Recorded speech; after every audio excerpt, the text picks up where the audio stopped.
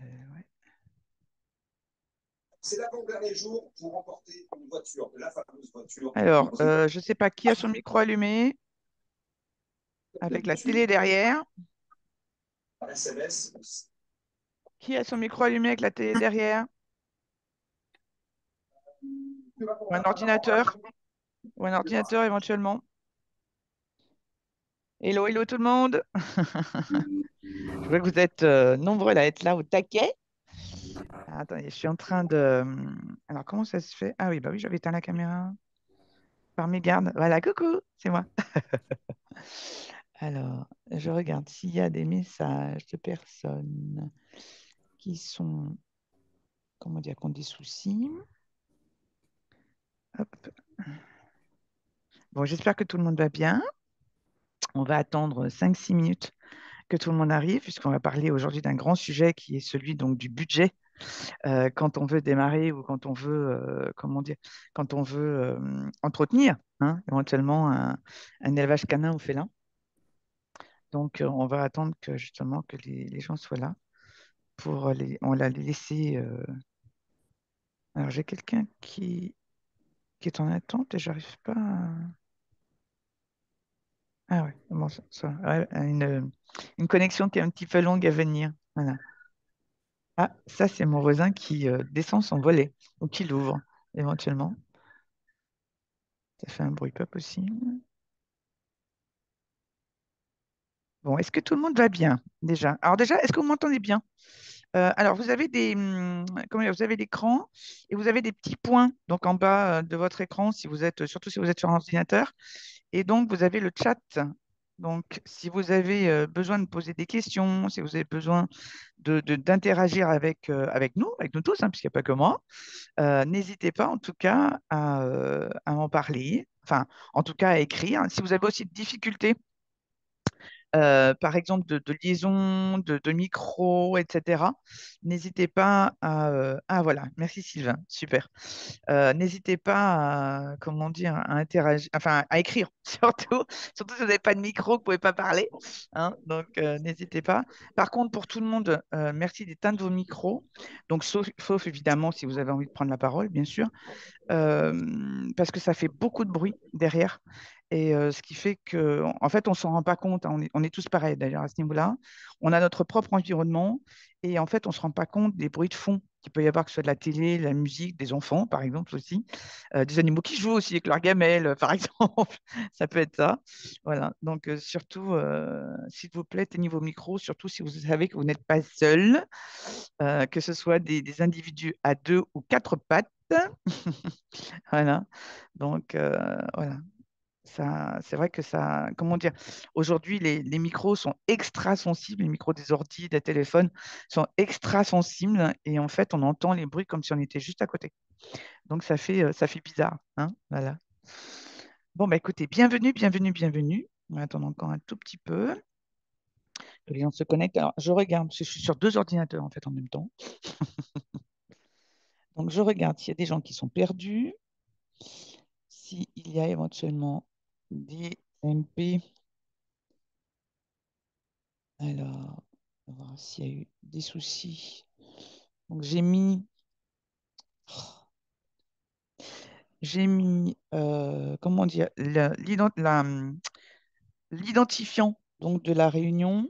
Si vous savez qu'il y a des personnes qui ont des difficultés pour venir nous rejoindre, parce que quelquefois, ça dépend de l'ordinateur, ça dépend du téléphone aussi, donc ça dépend un peu certainement de la navigation, du moteur du moteur, du, comment ça s'appelle ça?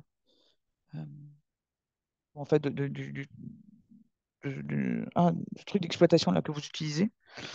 Et à partir de ce moment-là, il peut y avoir certains en fait demandent effectivement les coordonnées, donc l'identifiant et le code secret.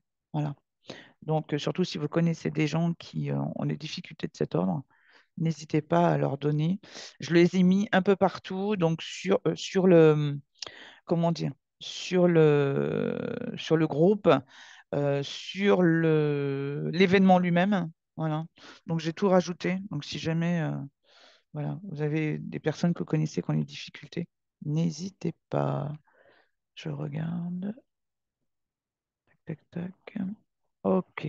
Bon, bah écoutez, on va démarrer et on attend les personnes qui voudront nous rejoindre. Alors, par contre, n'hésitez pas à partager donc l'événement sur, comment dire, sur vos murs, sur vos pages, sur vos groupes, hein, perso, sur vos groupes que vous administrez, quel que soit le sujet. N'hésitez pas en fait à partager, puisqu'en fait, il y a beaucoup de gens surtout sur les groupes d'élevage, donc qui sont ouverts souvent à monsieur, madame, tout le monde, hein, qui ont un chien, un chat, etc., qui ont peut-être des projets donc d'élevage. Il y en a qui sont débutants aussi, qui démarrent seulement ou qui vont démarrer dans quelques temps et qui sont avides justement comment dire, d'avoir ces renseignements de ce sujet hein, très prenant qui est celui de combien ça coûte, hein, pour rappeler une émission de ce que certains, peut-être, qui ont un peu plus de 20 ans, se souviennent, hein, une émission qui s'appelait Combien ça coûte, et donc justement qui était des sujets d'actualité, donc du budget qu'il fallait mettre dans tel ou tel projet, dans tel ou tel frais, enfin, quel que soit, voilà, du quotidien, de l'entreprise, de tout ce qu'on voulait. Voilà. Donc, bonsoir, bonsoir tout le monde, encore une fois, aux petits nouveaux, voilà, à ceux qui arrivent maintenant. Allez, on démarre. Et donc, comme je l'annonçais tout à l'heure, on est sur un sujet qui est extrêmement important, qui est celui donc du budget qui est nécessaire pour démarrer ou même entretenir un élevage canin ou félin. Alors, on va démarrer par déjà par me présenter, hein, pour ceux qui ne me connaissent pas, qui sont arrivés un petit peu comme un cheveu sur la soupe sur l'événement. Voilà. Et donc voilà, donc je suis Véronique Hubert, je suis éleveuse donc de chiens de berger shetland donc pendant 30 ans. Donc aujourd'hui, j'ai plus ou moins arrêté, mais rien ne dit que je ne vais pas reprendre hein, un jour ou l'autre, qui sait. Je suis aujourd'hui donc comptable de métier. J'ai été fonctionnaire donc dans l'administration de l'armée de l'air pendant 26 ans. Et donc je suis comptable de métier depuis à peu près 2011 et je suis surtout formatrice dans les domaines des activités canines et félines depuis 2018.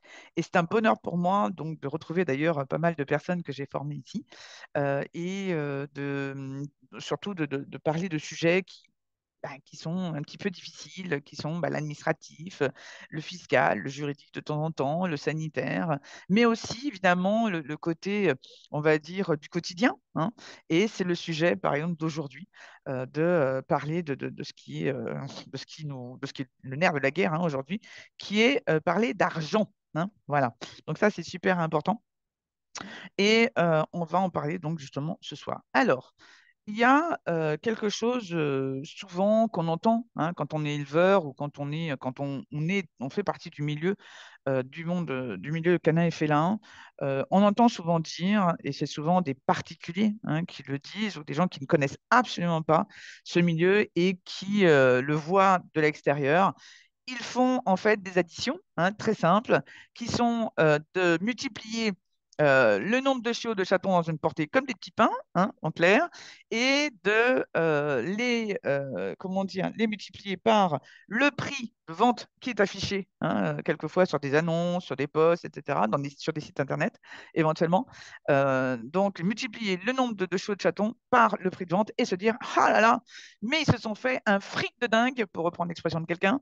On ne s'étonne pas, ces gens-là, ils sont pétés de thunes et finalement, bah, à la limite, ils pourraient nous donner, ou en tout cas faire des efforts pour, comment dire, nous vendre, ou en tout pourquoi pas nous donner des chiots, des chatons, hein, parce que finalement, ils se font tellement de fric qu'ils pourraient faire un effort. Donc, eh bien, dites-moi d'ailleurs en chat si vous avez vécu ça, hein, vous, au moins une fois dans votre vie d'éleveur, si vous l'êtes déjà ou si vous l'avez été. Allez, dites-moi dans le chat, hein, est-ce que vous avez expérimenté ce genre justement de propos, que ce soit sur des annonces que vous avez mises et donc qu'on vous a, comment dire, on vous a répondu, hein, par exemple, ou que ce soit dans des discussions entre, par exemple, je sais pas, vous avez discussion avec des gens qui sont aussi des particuliers, voilà. Donc n'hésitez pas à me le mettre. Ah oui, le prix est négociable, évidemment. Tout à fait. Ok. Donc, très, très bien. Bon, allez, dites-moi, n'hésitez pas à écrire, mentionnez vos expériences de choses qu'on vous a dites qui ont un rapport un petit peu avec ce que je viens de dire, c'est-à-dire le fait de considérer que finalement, les éleveurs sont des gens qui roulent en Porsche, qui ont des maisons qui font 200 mètres carrés, qui sont toutes neuves, qui achètent tout sans regarder, parce qu'après tout, les chiots, les chatons, ça va être vendu. Alors, ou c'est déjà, ils ont déjà fait une bonne année et donc ils ont de l'argent de côté, ou alors ils ont, comment dire, ils vont avoir trois ou quatre portées, donc ça va aller, ça va se faire. Il n'y a pas de souci, on peut tout leur demander. Allez, dites-moi, n'hésitez pas à écrire dans le chat, hein, surtout. Voilà, on n'est pas tout seul, voilà, n'hésitez pas. C'est vrai que c'est toujours très impressionnant d'entendre des choses comme ça quand on connaît la réalité surtout, hein, d'accord? Voilà. Alors, pour justement, on va dire, entre guillemets, éduquer hein, ces personnes et les mettre surtout face à la réalité, eh bien, on va faire un petit peu les comptes. Et donc, si, alors quand je dis les comptes, on va déjà faire le topo de tout ce qu'il y a comme dépenses. Hein, voilà. Après, on fera les comptes justement. Et donc, justement, les cages de transport et d'expo ne rentrent pas dans la Porsche. Et oui, en général, c'est des voitures qui sont très, très basses comment dire, au niveau du toit, il n'y a pas de coffre très souvent ou très très peu. Donc effectivement, les cages, ça ne rentre pas des masses. Ouais, tu as raison, Sylvain, tout à fait. Tout à fait. Alors, qu'est-ce qu'on va rentrer dans les frais? Eh bien, on va commencer par tout ce qui est, ben, pour faire de l'élevage, ben, il faut déjà des animaux, hein, d'accord? Il faut des chiens, il faut des chats, que ce soit des chiots ou des chatons ou des adultes, hein, peu importe, mais en tout cas, il en faut. Donc déjà, on va commencer par là. Bon. Ensuite, évidemment, pour entretenir tous ces petits animaux, eh bien déjà, il faut commencer par les nourrir, évidemment. Hein. Bon, donc il y a tout ce qui est nourriture, que ce soit de la nourriture, on va dire quotidienne, que ce soit de la nourriture d'appoint, que ce soit des friandises, que ce soit des compléments, que ce soit tout ce qu'on veut. Déjà la nourriture, gros budget. Bon. Ensuite, évidemment, suivant le type d'élevage que vous avez, que ce soit un petit, un moyen, un gros, éventuellement, eh bien, ou que ce soit un élevage qui a aussi des activités à côté qui nécessitent justement des installations, hein, par exemple une pension, voilà, hein, ça peut être ça, eh bien, il faut compter comment dire, les frais d'installation et surtout quand il y a des constructions à faire, quand il y a des aménagements à faire et surtout, eh bien leur faire savoir, puisque comment dire, ce live est enregistré et donc va être diffusé partout. Hein, en tout cas, merci de le partager auprès de tous ceux que vous connaissez qui aiment le chien, le chat, qui auraient des envies de s'installer ou qui le sont déjà et qui sont en train de pleurer, qui ne comprennent pas ce qui leur arrive. Voilà. Bon, eh bien leur parler des installations qui sont obligatoires pour la grosse majorité des éleveurs et qui coûtent un fric pas possible, hein, d'accord? Puisque, comme je le dis souvent, eh bien, vous pouvez avoir quand même, je dirais, un bon salaire si vous travaillez encore, vous pouvez avoir eu peut-être une bonne activité au départ qui vous a permis d'avoir un bon apport, etc. Il n'empêche que on peut avoir des toutes petites installations qui peuvent coûter dans les 10 000 à 15 000 euros, comme ça peut arriver jusqu'à 120, 150, 200 000 euros, quoi. D'accord? Voilà. Et pour pas faire grand-chose, hein, je veux dire, c'est pas pour avoir un château, pour avoir des installations faites en or ou quoi qu'est-ce, hein, d'accord? Donc, on est vraiment sur des sommes assez astronomiques. Bon. Après, évidemment, comment dire, ce qui fait partie de la vie d'un élevage, c'est tout ce qui est vétérinaire. On est bien d'accord là-dessus. Donc, ça veut dire, eh bien, déjà, tout ce qui est quotidien, hein, donc que ce soit des vaccins, des vermifuges, alors pour certains, des stérilisations, hein, voilà, mais aussi, eh bien, évidemment, tous les aléas. Hein. Donc les césariennes, les soins à apporter éventuellement à des blessures, les compléments justement véto, parce que bon, les compléments alimentaires, ça va bien pour, par exemple, de la convalescence, des choses comme ça. Mais quand il y a vraiment des soins à faire, eh bien, il y a des compléments à donner qui coûtent très très cher, puisque très souvent, ils ne sont vendus que par des circuits vétérinaires. Donc là aussi, gros, gros, gros poste hein, au niveau de l'élevage, gros poste, tout ce qui est véto. Ensuite, évidemment, il y a tout ce qui est matériel. Donc, on va dire, alors on a parlé des installations tout à l'heure, mais il peut y avoir aussi tout ce qui est matériel. Donc, Aude tout à l'heure en parlait, non, Sylvain tout à l'heure en parlait. Donc, les cages de transport, les chenilles aussi, donc les portes, les niches, les tapis, etc. Tout ça fait partie donc du matériel, des accessoires. Et là aussi, on est sur des gros, gros budgets. D'accord? Voilà. Donc, pas forcément trop cher à l'achat, mais en tout cas des budgets qui sont récurrents, hein, c'est-à-dire qui reviennent souvent. Donc, ce soit du matériel qu'il faut renouveler, soit du matériel qui casse, soit eh bien, on a plusieurs chiens ou plusieurs chats. Eh bien, quand il s'agit des cages de transport, bah, peut-être qu'il en faut une cage pour un seul animal. Donc, si on en a 10, bah, c'est sûr que voilà, c'est multiplié là aussi, hein, voilà. Donc, mettez-moi dans le chat.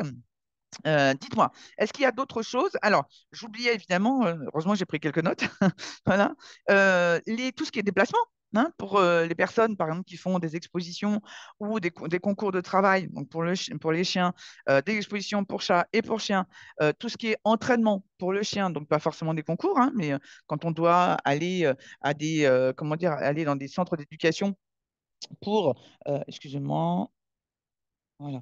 Pour eh ben, entraîner le chien, bah, peut-être pour les concours, mais aussi pour sa vie quotidienne, que ce soit de l'éducation, que ce soit n'importe quoi d'autre. Donc là aussi, sans compter bah, évidemment le carburant, le péage, l'hôtel, quand ce sont des déplacements, que ce soit pour des saillies, que ce soit pour des expos, que ce soit pour des concours de travail, que ce soit pour aller chercher un animal, que ce soit tout ce qu'on veut, hein, voilà. Et évidemment, Paula, qui nous rappelle qu'évidemment, il y a des races ou des types hein, de chiens ou de chats qu'il faut toiletter, hein, bien sûr. Le toilettage. Ah, Sabrina, comment ça se fait que tu n'arrives pas à entendre? Alors là, par contre, je ne peux pas faire grand-chose. Essaie de voir si tu n'as pas des écouteurs.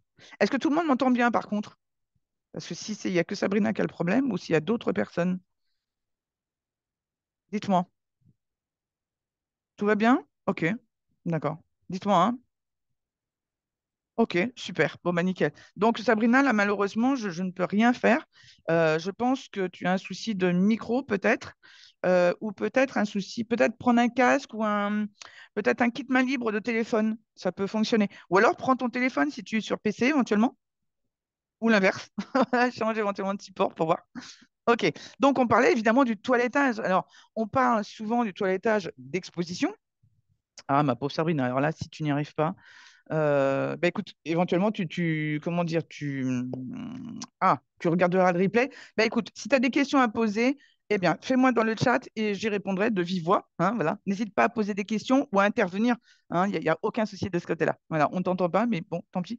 Alors, par contre, oui, tu disais que tu n'entendais pas. Bah oui, tu m'entends puisque tu me réponds. Ouais, c'est bizarre ça. Alors là, par contre, ma pauvre Sabrina, je ne peux pas. Alors, attends, je vais essayer de lui écrire. Attendez, bougez pas. Sabrina, euh, essaie de changer de, de support, de, donc support donc téléphone ou PC, et de mettre. Eh oui, c'est l'inconvénient du direct. Éventuellement, mettre un casque ou des écouteurs de téléphone. Pour voir. Voilà. Alors, il y a Evelyne qui essaie. Oui, c'est vrai. Alors, oui, Sabrina. Oui, effectivement, Evelyne, tu as raison. Donc, Sabrina ressort et revient en acceptant de passer par audio. Je ne sais pas si elle est toujours là, j'espère. Oui, elle est toujours là. Voilà. Eh oui, la pauvre. Voilà. Donc, je disais, donc, on était parti donc, sur le toilettage. On parle souvent du toilettage d'exposition, hein, que ce soit en chien ou en chat. Mais il y a aussi des races ou des types, évidemment, puisque tout n'est pas inscrit au LOF ou LOUF. Il y a des races et des types qui nécessitent un entretien très régulier, que ce soit toutes les semaines, tous les 2, 3 jours, tous les mois, peu importe. Ok, d'accord. Ah, tu as des sous-titres? Ah bah super. Tu vois, je savais même pas. Eh ben, écoute, Sabrina, en tout cas, n'hésite pas à intervenir ou à poser des questions. Et dans ce cas-là, bah, je réponds de vive voix. Et comme ça, au moins, tu pourras participer. Désolé hein, pour le contretemps. En tout cas, pour le problème technique. Voilà. OK. Donc, le toilettage, évidemment, qui est aussi un gros, gros poste, que ce soit quelque chose qui est extrêmement nécessaire à la santé de l'animal ou que ce soit pour faire joli, hein, donc dans le cadre d'exposition, par exemple. Sylvain nous dit effectivement qu'il y a tout ce qui est côté, évidemment, publicitaire, marketing, communication. Hein, évidemment, donc le côté évidemment shooting photo, hein. Les objets publicitaires, alors, ça peut être évidemment des encarts, pas des encarts, comment on appelle ça, des, euh, des panneaux, hein, ça peut être ça. Tout ce qui est évidemment site internet, entretien des réseaux sociaux, etc. Tout ça coûte très, très cher. Tu as raison, Sylvain. Merci de le mentionner. Très, très bien. Si d'autres personnes ont d'autres idées, hein, qu'est-ce que vous avez d'autre comme frais? Dites-moi. Qu'est-ce que j'ai oublié? Évidemment. Dites-moi, dites-moi. Puisque, bon, évidemment, il y a chacun a ses, donc, même s'il y a des choses qui sont très courantes, chacun, évidemment, a sa propre vie d'éleveur et a ses propres impératifs, a ses propres frais, a ses propres, comment dire, comment dire, à ses besoins, hein, tout simplement, hein. Chaque éleveur a les siens. Déjà, entre chien et chat, déjà, c'est pas tout à fait pareil. Oui, alors oui, évidemment, tout ce qui est, oui, bien sûr, tout ce qui est produit. Alors, c'est pas forcément évidemment des produits vétos, ça va être des produits de nettoyage, tout à fait, des produits désinfectants, donc tout ce qui sert à nettoyer les installations, mais aussi les animaux eux-mêmes, bien sûr, mais aussi tout ce qui est l'environnement, hein, donc là où vivent les animaux, mais là où vivent aussi les éleveurs eux-mêmes. Donc tu as raison, Paula, tout ce qui est produit désinfectant qui coûte aussi un bras. Tout à fait, on est d'accord. Voilà, tout à fait. Hein, c'est vrai que c'est des choses auxquelles on ne pense pas forcément, surtout quand on débute, hein, mais qui viennent se rajouter, hein, à tout le reste. N'oubliez pas aussi tout ce qui est prestations, hein. Par exemple, vous avez besoin d'un comptable, ça coûte très cher, hein. Vous avez besoin de prendre des prestataires pour diverses choses. On parlait tout à l'heure du marketing, comment dire, de s'occuper de vos réseaux sociaux, mais ça peut être aussi comment dire, de s'occuper, je ne sais pas, d'avoir des personnes qui viennent vous aider dans votre vie d'éleveur parce que vous avez des difficultés, pourquoi pas un handicap quelconque, pourquoi pas, voilà, voilà. Aude, tu parlais justement d'un pet sitter pendant que vous êtes absent, hein, ça peut être ça, ou un remplaçant d'élevage pendant que vous êtes absent. Ça coûte, alors même si c'est beaucoup plus occasionnel, ça coûte aussi quand même pas mal d'argent. En tout cas, c'est quelque chose à sortir de votre porte-monnaie, comment dire, sur une somme assez importante, hein. En tout cas, quand on ne roule pas sur l'or et quand on a déjà beaucoup de frais au niveau de l'élevage, eh bien, le fait de devoir prendre quelqu'un qui nous remplace pendant une absence ou pendant, par exemple, on ne peut pas travailler pour X raisons, vous avez eu un accident, vous retrouvez le pied dans le plâtre, hein, par exemple, voilà, vous êtes seul, vous avez, je sais pas, moi, vous êtes obligé de partir pendant 3 jours pour une saillie, etc. Eh bien, vous avez besoin de quelqu'un pour vous remplacer à l'élevage parce que, alors, soit parce que vous ne pouvez pas les laisser seuls parce que la durée d'absence est trop importante, ou ça peut être aussi parce que vous ne voulez pas, hein, ça peut être aussi ça. Vous avez peur pour vos animaux, vous tenez à ce qu'il y ait quelqu'un tout le temps, en tout cas et surtout la nuit, hein, pendant que vous n'êtes pas là, ce qui est tout à fait compréhensible. Voilà. D'ailleurs, ce sera l'objet d'un autre live que je vais vous programmer, le fait de travailler à côté, hein, de l'élevage. Est-ce que c'est possible ou pas? Donc, je voulais préparer. Donc, ce sera un sujet aussi très, très sympa à évoquer. Voilà. Donc, voilà, donc les sous-traitants, hein, donc, comme tu dis, donc, les pétiteurs, mais aussi tout ce qui est la personne qui vient faire le travail à votre place parce que vous ne pouvez pas, hein, vous êtes malade, vous avez un accident, même si vous êtes là, hein, vous êtes dans l'incapacité de bouger, vous êtes fait opérer, par exemple, hein, donc vous avez, par exemple, vous avez une opération au niveau abdominal, hein, voilà, vous ne pouvez plus vous baisser, vous ne pouvez plus porter de charges lourdes, donc hors de question de porter les chiots, hein, ou les chatons, hein, qui sont, enfin les chatons c'est plus léger, mais des chiots de 12 kilos, hein, voilà, qui ont 2 mois et demi, par exemple, voilà. Ça c'est hors de question, voilà. Donc vous prenez quelqu'un parce que vous n'avez pas, par exemple, de conjoint qui est là, vous n'avez pas de famille autour, vous n'avez pas d'enfants suffisamment grands qui puissent vous aider, hein, dans vos tâches quotidiennes par rapport à ça. Donc, évidemment, vous pensez à prendre quelqu'un, eh bien, ça coûte très cher. Surtout qu'en plus, que ce soit dans la sous-traitance ou dans ce qu'on appelle, alors c'est l'équivalent des CESU, hein, pour ceux qui ont connu, les chèques emploi-service, qui existent encore d'ailleurs pour les particuliers, mais qui sont dématérialisés aujourd'hui, eh bien, on a donc la possibilité de prendre un salarié provisoirement, hein. Ça peut être une semaine, quelques jours, ça peut être un mois, pour les éleveurs, hein, sachez que ça existe. C'est ce qu'on appelle, donc, on passait par le TESA. Donc, vous allez sur le site de la MSA. C'est par là que vous pouvez obtenir une aide ponctuelle Et donc, voilà, c'est comme si c'était un salarié, vous allez déclarer des charges, etc. Mais en fait, vous n'aurez rien à faire sur le plan formalité, puisque tout est dématérialisé, voilà, tout sera fait en sorte que vous n'aurez plus qu'à mettre les montants, enregistrer la personne, etc. Vous, déjà aussi, en tant qu'éleveur. Mais en tout cas, c'est très, très simplifié comme démarche, et donc ça peut être très, très intéressant, voilà, ponctuellement, si vous trouvez vraiment personne et que vous êtes vraiment dans l'incapacité de gérer votre élevage, ça peut être important. Évidemment, Sylvain met le doigt dessus, bien sûr, ce que les gens qui voient comment dire, l'activité d'éleveur de l'extérieur, eh bien, ils oublient tout ce qui est frais administratifs, c'est-à-dire évidemment tout ce qui est cotisation, tout ce qui est impôt, tout ce qui est TVA, tout ce qui est obligation, médiateur, éventuellement assurance diverses et variées, que ce soit l'assurance professionnelle, que ce soit des mutuelles, que ce soit peu importe. Voilà, tout ça aussi coûte de l'argent, bien sûr. Et ça, en plus, on ne peut pas y couper, hein. Malheureusement, on n'a pas le choix. On peut faire l'impasse sur pas mal de choses, mais pas là-dessus.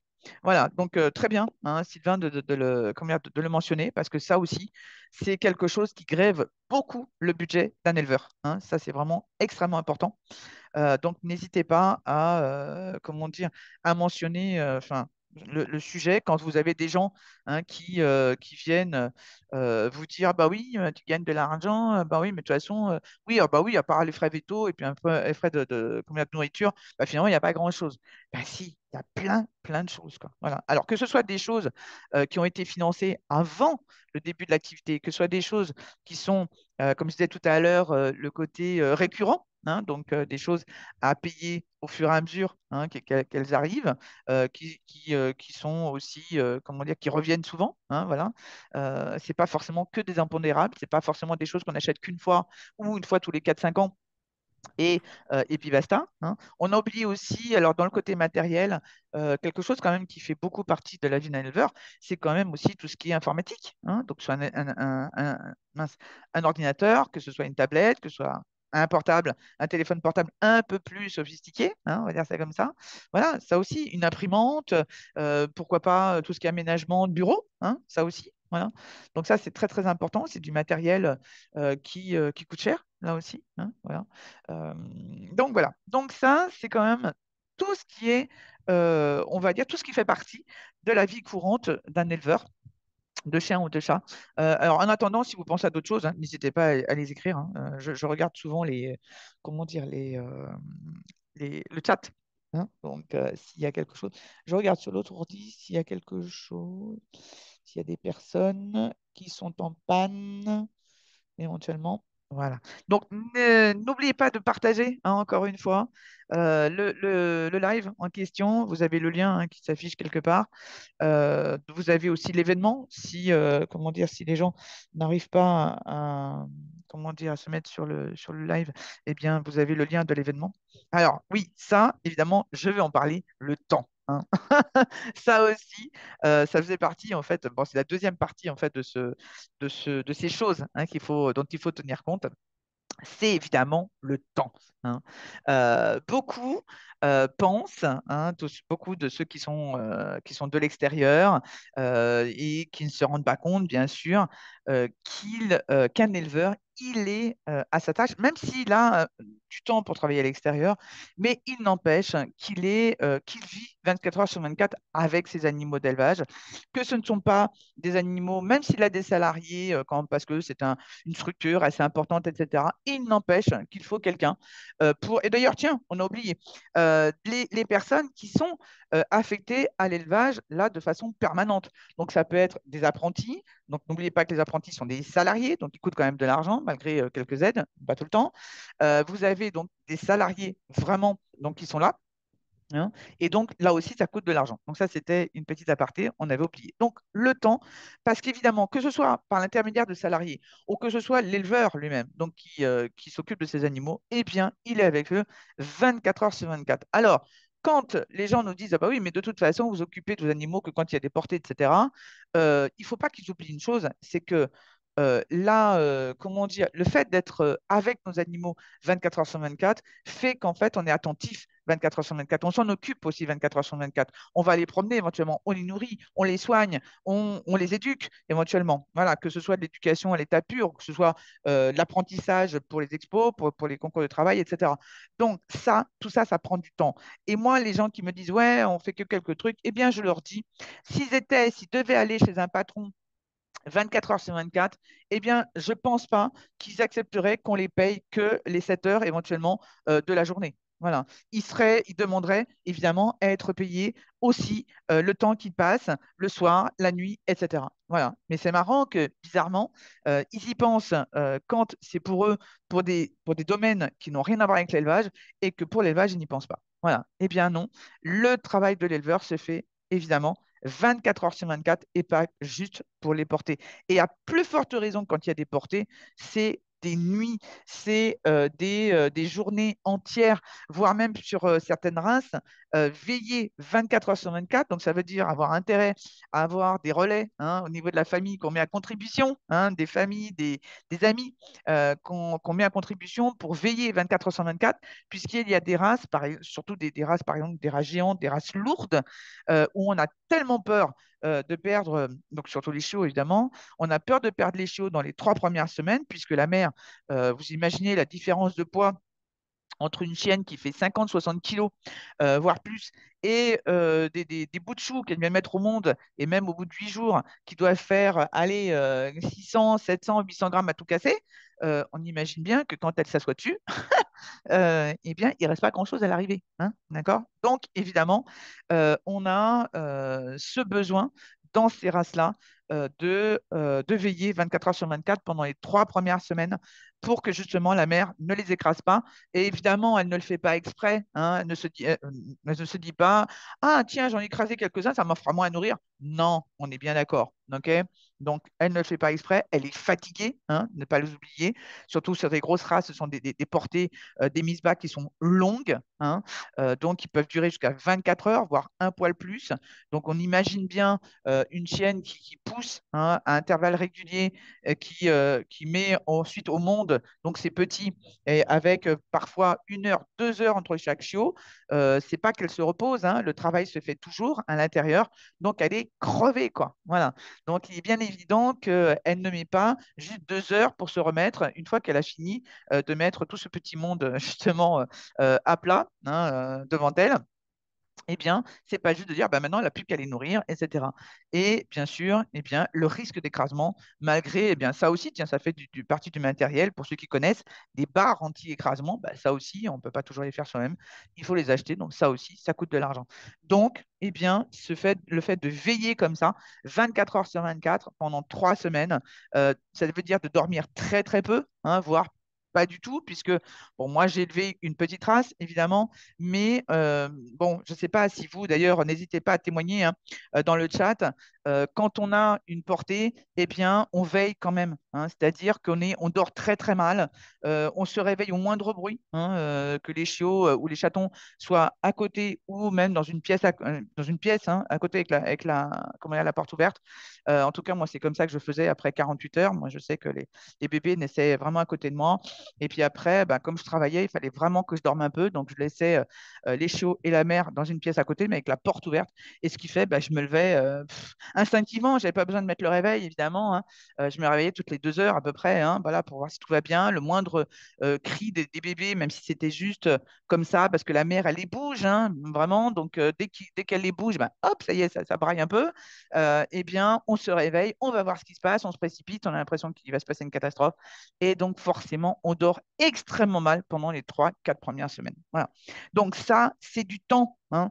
Euh, donc Sylvain, alors oui, évidemment, Sylvain nous rappelle que ça, c'est quand tout se passe bien. Hein. Donc quand ça va pas, eh bien, il y a le biberonnage, bien sûr, hein, toutes les 2 heures, et même au tout début, hein, c'est même toutes les heures. Hein, quand vous avez une femelle qui n'a pas de lait, quand vous avez une mère, et ça, c'est des choses qui arrivent, et il faut y penser, la mère qui disparaît. Hein, voilà, qui n'a, comment dire, qui n'a pas survécu, donc soit à une césarienne, soit à la mise bas, soit peu importe. Hein.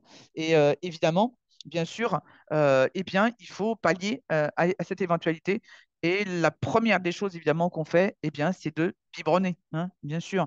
Donc, au début, c'est même toutes les 30 minutes pratiquement, suivant la taille, suivant l'espèce, suivant bon, le degré de force, hein, des bébés, bon, quelquefois, ils ont juste besoin qu'on les booste un petit peu.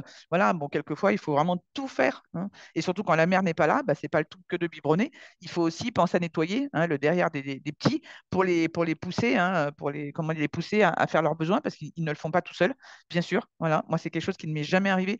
Mais évidemment, je priais à chaque fois pour qu'il n'arrive rien de cet ordre-là parce que c'est un moment de stress absolument épouvantable.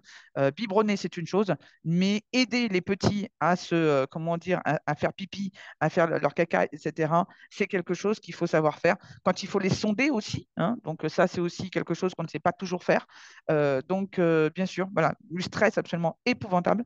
Et quand il faut mettre la main à la pâte, ouais, et qu'on est tout seul à gérer, c'est pas simple. Donc, merci de le rappeler. Sylvain, bien sûr, que ce soit une cause de mamite, que ce soit une mère qui disparaît, que ce soit une mère qui n'a pas de lait, que ce soit une mère qui a trop de bébés, etc. Tout peut arriver pour qu'on soit obligé, nous, de suppléer à ce travail, que ce n'est pas juste de les regarder, que de gagatiser pendant des heures, hein, mais ça, on sait le faire, de gagatiser pendant des heures, hein, et que tout se passe bien, hein, ce n'est pas que ça. Vous le savez, hein, d'accord? L'élevage, ce n'est pas un long fleuve tranquille. Donc, évidemment, eh bien, ça veut dire aussi ben, du matériel supplémentaire. Pourquoi pas des frais supplémentaires au niveau veto, parce que peut-être qu'il y a des soins à apporter en plus. Moi, j'ai eu, par exemple, un chiot dont la mère comment, il avait tiré trop fort sur le cordon. Et donc, elle avait fait un trou sur l'abdomen, évidemment, du chiot. Et ben, j'ai veillé un jour et demi pendant 3 semaines, j'ai biberonné pendant 3 semaines, et le chiot, en fait, ne prenait pas de poids, ben, il est mort, hein. Voilà. Donc ça aussi, hein, on le sait, ça fait partie du monde de l'élevage. C'est pas de dire, ben voilà, j'ai tant de chiots de chatons à la naissance, ça va bien se passer, je peux commencer à avoir des dollars devant les yeux, voilà, de me dire, ben voilà, il va y avoir tant qui vont être vendus. Non, jusqu'au bout, hein, jusqu'à pratiquement leurs 2 mois, eh bien, on essaie de ne pas trop penser à ces recettes, hein, qui vont peut-être arriver en totalité ou pas, parce que justement, eh bien, tout peut arriver entre-temps. Voilà, des décès, des chiots, des chatons qui n'évoluent pas correctement, qu'on va être obligé de vendre moitié prix, ou carrément de donner, hein, pourquoi pas. Voilà, donc ça aussi. Hein, voilà, ça aussi, il faut y penser. C'est pas que le budget des frais, c'est aussi le manque de recettes, hein. Par exemple, eh bien, les saillies qui restent vides, hein, c'est-à-dire la femelle n'a pas de petits, donc soit un avortement spontané en cours de route, soit des petits qui meurent, voilà, tous, hein, ou en grosse partie, dans les quelques jours après la naissance, soit la femelle qui n'a pas pu être saillie, donc on a tout prévu, le mâle, machin, patin couffin, que ce soit à la maison ou pas d'ailleurs. C'est pareil, c'est pas parce que c'est à la maison que tout se passe bien, hein, quand on a le mâle et la femelle ensemble, c'est pas parce que, voilà. Là aussi, hein, les aléas, la femelle qui se laisse pas faire, le mâle qui ne veut pas saillir, ou le mâle qui n'a pas ce qu'il faut dans les cacahuètes, on s'en aperçoit qu'au dernier moment, la femelle qui n'ovule pas, pour les chiennes, la femelle la chatte qui ne se laisse pas faire par le mâle, et on sait à quel point les chattes sont assez difficiles à faire saillir aussi. Donc là aussi, hein, manque de recettes complètes, hein, voilà.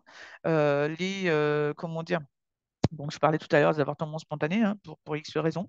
Bon, les avortements spontanés, on le sait, ça peut être des bagarres, ça peut être c'est quoi? Ok. Ça peut être. Attends, bougez pas. Je viens de voir un truc. Euh, qui c'est qui a fait? Ah ouais, bah ouais. Ah ouais, bravo. Ok. Qui a fait l'article? Ok. Ok. Bon, d'accord. Donc, ce qui est important à comprendre aussi, c'est que justement, quand on n'a pas ce type de recette, on engage des frais. Et quand, forcément, quand il y a des frais qui sont engagés, on se dit, bah, de toute façon, c'est pas grave, on va avoir telle ou telle portée, et que la portée n'arrive pas, ou n'arrive que partiellement, hein.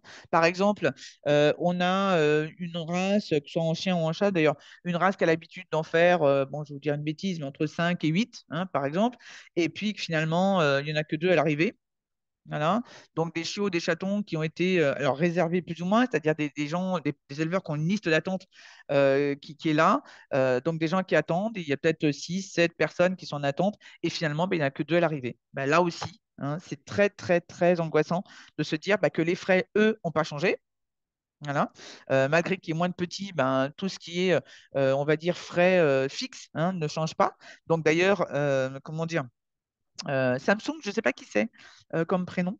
Donc, les tests génétiques. Alors là, je rentrais évidemment dans les frais vétos tout à l'heure. Les frais vétos, donc, ce n'est pas que des soins, les puces, les vaccins, les vermifuges, etc. Il y a aussi tout ce qui est autour. Évidemment, les tests génétiques en font partie, bien sûr. Tu as tout à fait raison. Alors, évidemment. Ah, Aurélie, mais laquelle? J'en connais des Aurélie. Donc Sylvain, évidemment, parle des frais, comment dire, euh, de ceux qu'on ne calcule jamais. Hein, Clément, ok, super. Des frais qu'on ne calcule jamais, qui font partie parce qu'ils font partie de notre environnement habituel. Donc effectivement, l'eau, l'électricité, tout ce qui est frais de véhicule quand on va à droite à gauche pour nos animaux, pour le travail, mais là en l'occurrence on parle de l'élevage. Voilà. Tout ce qui est évidemment notre propre nourriture, celle des enfants, celle du foyer, hein, bien sûr. Eh ben, quand on n'a que l'élevage éventuellement comme activité, eh ben, on ne vit pas de l'air et du temps, hein, ça paraît évident. Tout ça, ça se paye. Hein, voilà. Donc ça, ce sont des choses que ceux qui nous voient, qui voient les éleveurs de l'extérieur, eh bien, ne tiennent absolument pas compte, hein, bien sûr. Voilà. Donc ça, c'est important de le rappeler. Tu as raison, Sylvain. N'hésitez pas hein, à communiquer, à nous parler de choses hein, qui font partie de votre vie hein, d'éleveur. À moins que, bah, c'est vrai que moi je suis éleveuse, alors évidemment il y a beaucoup de choses auxquelles je pense, bien sûr, mais voilà, hein, on n'est pas, voilà. Voilà. Bon, en tout cas, si vous avez des choses, d'autres choses auxquelles vous pensez, voilà. Donc, n'oublions pas le temps qui, même s'il n'est pas facturé en tant que tel, c'est-à-dire de façon, comment dire, avec de la monnaie sonnante et trébuchante, ne jamais oublier que ce temps-là, il est passé. C'est du temps que l'on passe avec nos animaux, c'est du temps de travail hein, en tant que tel, et c'est toujours navrant et toujours triste. En tout cas, on est toujours triste de voir que les gens qui sont de l'extérieur ne pense absolument pas à ça. Voilà. Que c'est quand même un boulot hein, en tant que tel. Alors, effectivement, Paulin, les césariennes systématiques sur certaines races. Alors, on ne va pas ouvrir le débat de savoir si c'est bien, c'est pas bien, mais effectivement, il y a des races. Alors, en chat, beaucoup moins, hein, puisque évidemment, on est sur un petit gabarit, on est sur des gabarits qui ne sont pas trop lourds, donc attention au Maine Coon quand même, où le gabarit s'alourdit et commence à avoir les inconvénients hein, qui vont avec. Voilà. Mais en tout cas, sur les races de chiens, on a effectivement quelques races où les césariennes sont pratiquement systématiques. Alors, soit parce que les chiennes elles sont incapables de mettre bas toutes seules, pour X raisons, hein, soit parce que, bah, pour éviter des risques, hein, évidemment, pour éviter la fatigue aussi. Hein, là, l'autre jour, j'ai eu une petite éleveuse qui vient d'avoir sa première portée, je crois, de Leonberg, donc grosse race, hein, évidemment, et qu'on a eu 10. Hein, donc, évidemment, elle a préféré, comment dire, elle a préféré faire une césarienne programmée parce que bah, 10 chiots, la chienne énorme, et bien entendu que comment dire, les césariennes programmées, et surtout quand elles sont systématiques, quand on le sait de toute façon qu'on va y avoir droit, bien sûr, bah déjà c'est un coût, on est d'accord, mais c'est souvent pour éviter la fatigue et donc la longueur de mise bas, donc pour essayer de moins fatiguer la chienne, on comprend. Ouais. Alors, après, encore une fois, on ne va pas lancer le débat comment de savoir si on est d'accord, pas d'accord, si c'est bien, pas bien. Voilà, quand il faut le faire, évidemment, on ne va pas se poser 3 milliards de fois la question, on le fait. Voilà. Et évidemment, moi, je sais que j'en ai eu très peu. Hein. Encore une fois, j'ai élevé une race petite moyenne, donc forcément, bon, enfin forcément, voilà, qui n'était pas lourde non plus, voilà, qui avait pas avec des têtes n'engendraient pas ce type de problème. Et donc, forcément, j'ai eu très, très peu de césariennes. Mais bien sûr, ben, à chaque fois, c'était en cata. Hein. Donc, voilà. Bon. On sait que, et d'ailleurs, au niveau du vétérinaire, je ne sais pas si vous, n'hésitez pas à me le dire dans le chat, hein, si vous, ça vous est arrivé, mais moi, à chaque fois que j'ai eu une césarienne, je connais le risque, enfin, je connaissais surtout à l'époque le risque, et je disais toujours au veto, je dis, vous me sauvez la mère.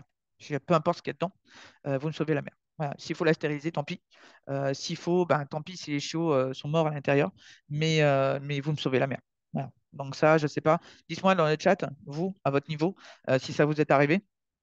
et que justement, vous avez, comment dire, vous avez vécu hein, des choses comme ça, des césariennes en cata, voilà, des événements comme ça, où ben, le vétérinaire a été, alors c'est souvent la nuit, hein, donc, souvent le soir tard ou la nuit, donc vous êtes arrivé devant le veto et voilà, vous lui avez dit, voilà, c'est parce que c'est vos chiennes, c'est vos chattes, et donc forcément, voilà, ça aussi, je pense qu'il l'oublie tous ceux qui nous voient de l'extérieur, c'est de penser que nos femelles, surtout elles, hein, bon, les mâles aussi, mais surtout nos femelles, ne sont que des outils, hein, juste bons à procréer.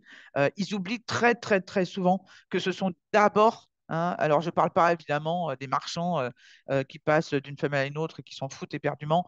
Moi, je parle du point de vue des éleveurs, hein, des vrais, ceux qui ont leurs animaux avec eux, qui s'en occupent bien, hein, voilà, peu importe le nombre d'ailleurs, hein, voilà, qui s'en occupent bien, qui font gaffe à leur bien-être, qui font gaffe à leurs soins, etc. Évidemment, eh bien, c'est nos animaux à nous avant tout, quoi. Voilà. Et qui fait que ben, quand il leur arrive quelque chose, et d'ailleurs, je le vois souvent dans les groupes, hein, les éleveurs qui courent chez le veto hein, pour un oui ou un non. Alors, c'est pas un reproche, hein, évidemment, mais en tout cas, voilà, on voit bien que l'éleveur se précipite au même titre qu'un particulier qui a son chien, son chat, le fera, voilà, et peut-être même plus encore, le fera parce que justement, c'est d'abord, voilà, ce sont d'abord nos animaux. Et ça, c'est quand même important de le rappeler. Voilà. OK. Et puis Sylvain, évidemment, nous rappelle qu'il y a tout ce qui est formation. Alors, ne pas oublier que les formations, il y a quand même beaucoup de prise en charge hein, de l'État. Je le rappelle, hein, il y a le CPF pour ceux qui comment dire, n'ont pas encore créé leur entreprise ou qui ont, qui ont besoin de faire des formations certifiantes ou diplômantes. N'oubliez pas le CPF. N'oubliez pas aussi Vivea pour ceux qui cotisent déjà à la MSA. Alors, je le rappelle parce que c'est vrai que là, j'ai eu d'ailleurs confirmation encore par mail d'une responsable de Vivea donc à Paris. Ne pas oublier qu'il y a il y a un nouveau protocole qui est arrivé donc, par Vivea donc depuis fin décembre donc, 2023, donc actif à partir du 1er janvier 2024, et qui fait que désormais, vous n'aurez plus besoin d'avoir un montant minimum qui était d'ailleurs de 305 euros hein, au niveau cotisation MSA, pas cotisation Vivia, bien sûr, qui est une toute petite partie, mais de cotiser 305 euros donc, comme cotisant donc, en tant qu'éleveur de chiens ou de chats. Il n'y aura plus besoin donc de ce montant minimum. Vous aurez juste besoin de payer la cotisation, donc Vivea, qui est de l'ordre de 80-85 euros, pour avoir droit à 3 000 euros de fonds par an. D'accord? Donc ça, c'est quand même hyper important. Alors attention, vous paierez des cotisations, je pense, si au moins vous avez, comment dire, un revenu. Hein. C'est-à-dire si, alors si une année vous n'avez pas fait de chiot ou de chaton, vous n'avez pas vendu, à mon avis, enfin, je ne suis pas sûr que vous ayez droit à cette cotisation minimale. D'accord? Voilà. Donc je pense qu'il faut quand même un minimum avoir des recettes, hein, que ce soit une ou plusieurs portées. Il faut quand même être minimum déclaré cotisant solidaire. Ça veut dire que toute personne qui n'a qu'une portée par an et qui n'est pas déclaré cotisant solidaire ou chef d'exploitation, bien sûr, ne paiera pas de cotisation Viviane non plus. Hein, sinon, ce serait trop simple. D'accord? En tout cas, j'ai demandé aussi pour si ça avait un effet rétroactif hein, par rapport à ceux qui avaient cotisé en 2023. C'est le cas. Ça veut dire que si vous êtes dans ce cas-là, c'est-à-dire que vous n'avez pas assez cotisé en 2023, eh bien, il est probable que vous avez eu ou que vous aurez eu un appel de cotisation, donc 2024, quand même, uniquement sur la cotisation Vivia. Et dans ce cas-là, vous aurez droit au fonds euh, Vivia, donc en 2025, qui vous permettra en fait en fait, de financer n'importe quelle formation, qui a un rapport ou pas d'ailleurs avec l'élevage, mais en tout cas, généralement, c'est ça, n'importe quelle formation à hauteur de 3 000 euros quand même à partir de 2025. Donc, je le rappelle. Ensuite, il y a les fonds France Travail. Hein. N'oubliez pas que si vous avez vraiment un bon projet, il ne s'agit pas d'arriver devant un conseiller Pôle emploi et de dire, bah voilà, j'ai besoin de faire financer une formation et puis sans rien, d'accord? France Travail, c'est quand même des fonds publics. Si vous n'avez pas un vrai projet derrière, ils ne vous financeront pas. Par contre, si vous avez un vrai projet, si vous avez par exemple des antécédents, vous avez peut-être que vous élevez depuis un certain temps, peut-être, je ne sais pas, hein, ou vous avez fait un business plan déjà, voilà, vous avez un vrai projet, eh bien, ils seront quand même plus enclins à vous écouter. Aussi, quelque chose qui est très important, le fait de faire ce qu'on appelle je ne me rappelle jamais du nom, FSMMP, Donc, en tout cas, c'est une période d'immersion qui peut aller de quelques jours à 15 jours chez un éleveur. Voilà. Et en fait, quand vous êtes inscrit à Pôle emploi, vous proposez à Pôle emploi de vous inscrire à ce type comment dire, de stage, entre guillemets. Hein, ce n'est pas un stage en tant que tel, mais c'est une période d'immersion. Donc, ça peut être très important, puisque avec cette période-là, eh bien, vous allez prouver en fait à Pôle emploi, je disais toujours, mais c'est France Travail aujourd'hui, vous allez prouver à France Travail que vous êtes vraiment motivé dans cette, comment dire, dans cette formation que vous voulez qu'ils financent et donc dans votre projet d'éleveur ou dans votre projet d'autres activités en rapport avec le chien et le chat. Donc, n'oubliez pas ça. Et puis, vous avez aussi, pour les personnes qui sont en situation de handicap ou déclarées donc comme telles ou en invalidité, n'oubliez pas qu'il y a des fonds pour ça qui sont, comment dire, donnés, enfin en tout cas financés par l'AGFIP, donc AGE, je vais le noter là dans le chat. AGEFIPH. Voilà, n'oubliez pas. Ah voilà, PMSMP. Merci Estelle. À chaque fois, je ne me rappelle jamais. Voilà, en tout cas, c'est une période d'immersion. Donc, il vous suffira de trouver un, voire entre un et trois éleveurs, par exemple. Ça peut être une demi-journée, chacun, ça peut être plusieurs jours, ça peut être. Voilà, en tout cas, qui permettront à France Travail de vraiment voir que vous êtes motivé dans cette activité-là, qu'elle soit, comment dire, qu'elle soit, comment est-ce qu'on dit, secondaire ou principale, hein, peu importe. D'accord? Voilà.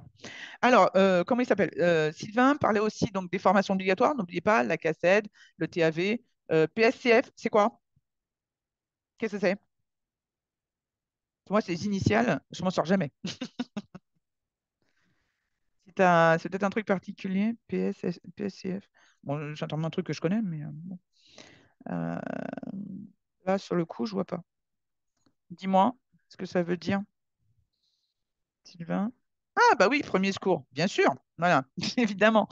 Si vous avez envie, puisque ce n'est pas obligatoire, mais si vous avez envie de faire une formation de premier secours, n'hésitez pas à, évidemment, bah, ça aussi, ça coûte de l'argent, hein, bien sûr. Alors, n'hésitez pas à faire une formation de premier secours, parce que déjà, ça peut être extrêmement utile dans votre activité à vous, d'éleveur. Hein. N'oubliez pas que c'est tout ce qui est premier soin, premier geste, en tout cas, hein, dans le cas d'un accident, de n'importe quoi. Hein, voilà, donc ça peut être très très utile en attendant de pouvoir aller chez le veto, que le veto puisse venir chez vous, etc. Donc ça peut sauver votre animal. Nous avons des partenaires. Nous avons par exemple Humanimal qui est notre partenaire, donc David Roussin. Hein, voilà. Nous avons aussi Laurent Ledez, donc, qui est de la société Dog Sport, qui fait aussi les premiers secours, qui est aussi notre partenaire. Hein, voilà. Pour la cassette, eh bien, écoutez, pour ceux qui ne le savent pas, j'en profite pour vous le dire, nous avons, nous, en tant qu'organisme de formation, obtenu l'agrément pour faire passer la cassette chien-chat à distance. Donc, n'hésitez pas à nous contacter si vous avez besoin de faire passer, alors que ce soit la cassette lui-même ou que ce soit donc la réactualisation de vos 10 ans. Et d'ailleurs, je le rappelle là aussi, que la cassette est valable 10 ans. Si vous avez, comment dire, si vous avez eu l'opportunité de, comment est-ce qu'on dit, de justifier de ne pas passer la cassette grâce à un diplôme que vous avez, qui est sur la liste des équivalents à la cassette, eh bien, n'oubliez pas que ce n'est pas votre diplôme qui n'est valable que 10 ans, mais la validité de l'équivalence à la cassette est valable 10 ans. Donc évidemment, vous n'avez pas repassé votre diplôme, on est d'accord, mais par contre, vous allez devoir repasser l'actualisation de la cassette. OK? Voilà. Donc je le dis en aparté. Donc Paula qui nous fait part d'une expérience donc de bulldog anglais par rapport à une césarienne, bien sûr, voilà. N'oubliez pas, ça aussi, vous êtes les propriétaires de vos animaux, c'est vous qui les connaissez le mieux. N'oubliez jamais ça. D'accord? Donc, elle te nous dit que, évidemment, ça n'allait pas bien. Eh bien, évidemment, en tant qu'éleveur, qui prenons soin de nos animaux, ça aussi, les gens de l'extérieur ne le voient pas, c'est qu'on est capable de détecter toutes les choses qui ne vont pas chez nos animaux, que ce soit évidemment dans les périodes de césarienne comme ça, ou en tout cas de mise bas, qui ne se passe pas bien ou l'animal qui ne va pas bien hors ces périodes-là. On le sait, voilà. Et donc, c'est pour ça qu'on court chez le veto. Voilà. Bah oui, les organes, pétard. De la chienne ou des chiots? En tout cas, toujours très, très stressant. Mm. Aude qui nous confirme que ces chiens sont ses chiens de compagnie, bien sûr, comme beaucoup, hein. Alors, Aude, tu as payé 300 euros donc, de cotisation en 2023. Eh bien, tu devrais avoir un appel de cotisation donc, uniquement de Vivia donc, cette année. Donc, en théorie, tu devrais pouvoir bénéficier des fonds en 2025, donc à partir de janvier, si tu as besoin. Bon, 2021-2022 ne compte pas. Donc, voilà. Donc, tu devrais avoir, voilà, tu devras avoir, comment dire, avoir droit. Hmm. Contacte-moi pour ça. On verra. On regardera. D'accord? Lina, j'ai fait un stage d'une dizaine de jours. OK, c'est un indicateur, très bien. Hmm. Avec Pôle emploi, ce qui m'a permis de financer. Bah, super, voilà.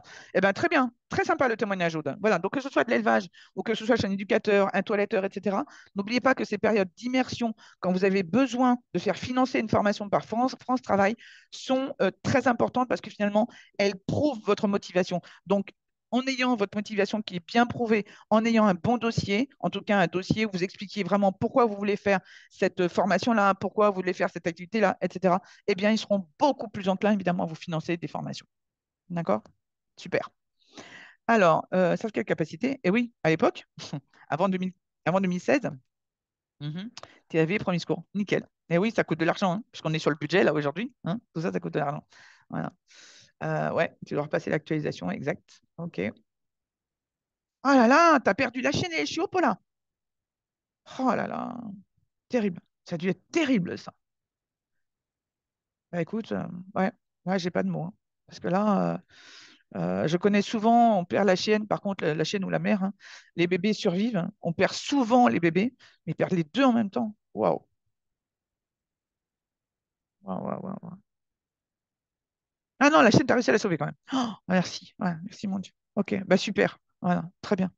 Ok. Oui, comme je disais tout à l'heure, on demande au veto, voilà, c'est la mère d'abord, bien sûr. Ouais, la femelle d'abord. Les chiots, on s'en fout, hein. Mm. Ok, super. Bon, bah nickel, merci beaucoup pour tous vos témoignages. En tout cas, c'est extrêmement sympa. Donc, ça permettra à ceux qui vont relire vos, comment dire, les commentaires de pouvoir, bah, voilà, éventuellement vous recontacter hein, pour bah, peut-être pour avoir plus de renseignements sur ce que vous avez vécu, sur pourquoi pas sur votre activité d'éleveur. Ben voilà, hein. C'est important hein, pour d'autres, hein, ça aussi, hein, d'être plus ou moins des mentors, de pouvoir accompagner ceux qui veulent se lancer dedans et qui n'ont absolument aucune idée de ce qui va vraiment se passer, qui sont un petit peu dans le monde des bisounours, hein, voilà, justement. Et finalement, bah, voilà, c'est très important. Donc voilà, donc on a vu un gros, gros, gros budget. Alors, vous allez me mettre dans le chat, justement, allez, on va vous faire travailler un petit peu. Eh bien, qu'est-ce que vous avez comme frais? Qu'est-ce que vous avez eu comme frais quand vous avez acheté vos animaux? Alors, que ce soit des chiens, des chats, que ce soit chiots, chatons ou que ce soit adultes. Allez, mettez-nous des ordres de prix, hein, voilà. Allez, on y va. Comme ça va pour ceux qui vont, comment dire, qui vont relire derrière, ils vont pouvoir avoir une idée de ce que ça peut coûter déjà au démarrage. Voilà, déjà. Allez, dites-nous dans le chat. Bon, après, ça peut être en France si c'était il y a longtemps, hein, ça peut être ça. Mais voilà, donnez-nous des ordres de grandeur, de montants que vous avez payés pour acheter vos animaux de démarrage, que ce soit des chiots, des chatons, que ce soit des adultes, hein, voilà. Moi, je sais qu'en tant que, moi, j'ai acheté des adultes dès le départ. Enfin, j'avais acheté un chiot, bon, pour compagnie au départ, mais voilà, j'avais pas du tout d'idée de faire de l'élevage et c'est un mâle d'ailleurs.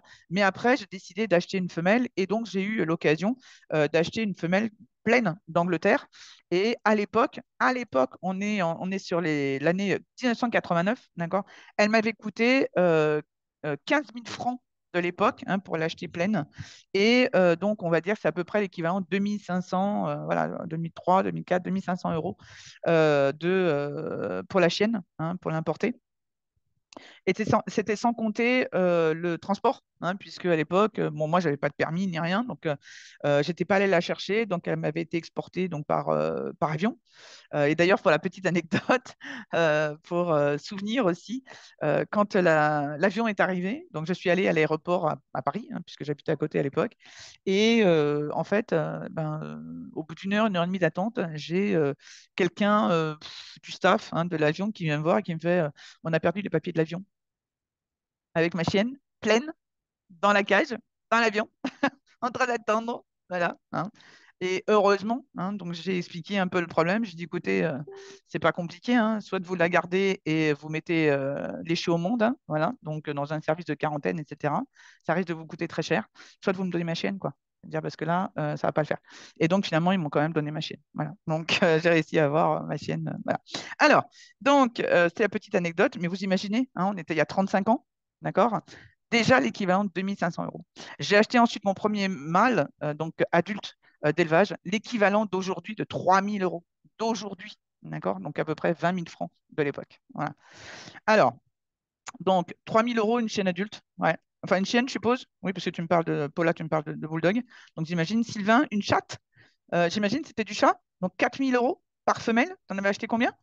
Tu te souviens? Hop, ok. Solène, chienne plus transport, plus tout ce qui va bien. 2005. Ouais. Malinois, 500, 700. Alors, c'était des chiots, des adultes? Chiperk, 1200, des chiots, j'imagine. Pour Aude, des chiots. Ok, très bien. Ok, des chats, des femelles. Donc, quand tu me dis Sylvain, 4000, c'était des chats, des chiots ou des chiots, des chatons, des chatonnes ou des chattes un peu plus âgées? 6 mois. Ok. Donc, à la limite, tu savais la valeur de ce que tu achetais, j'imagine. Donc là aussi, hein, ne pas oublier que, évidemment, quand on démarre un élevage, on peut prendre le risque. Oui, évidemment, tu connaissais la qualité.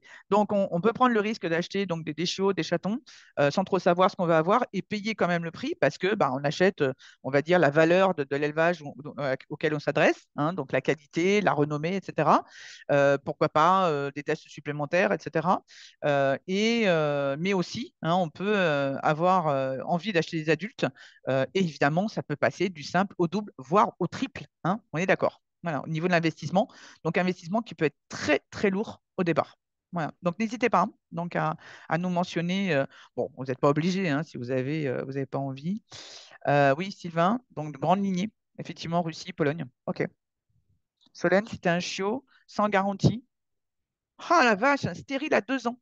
Oh, c'était quoi? Qu'est-ce que tu avais mis, toi, Solène? C'était quoi? C'était quoi comme chienne?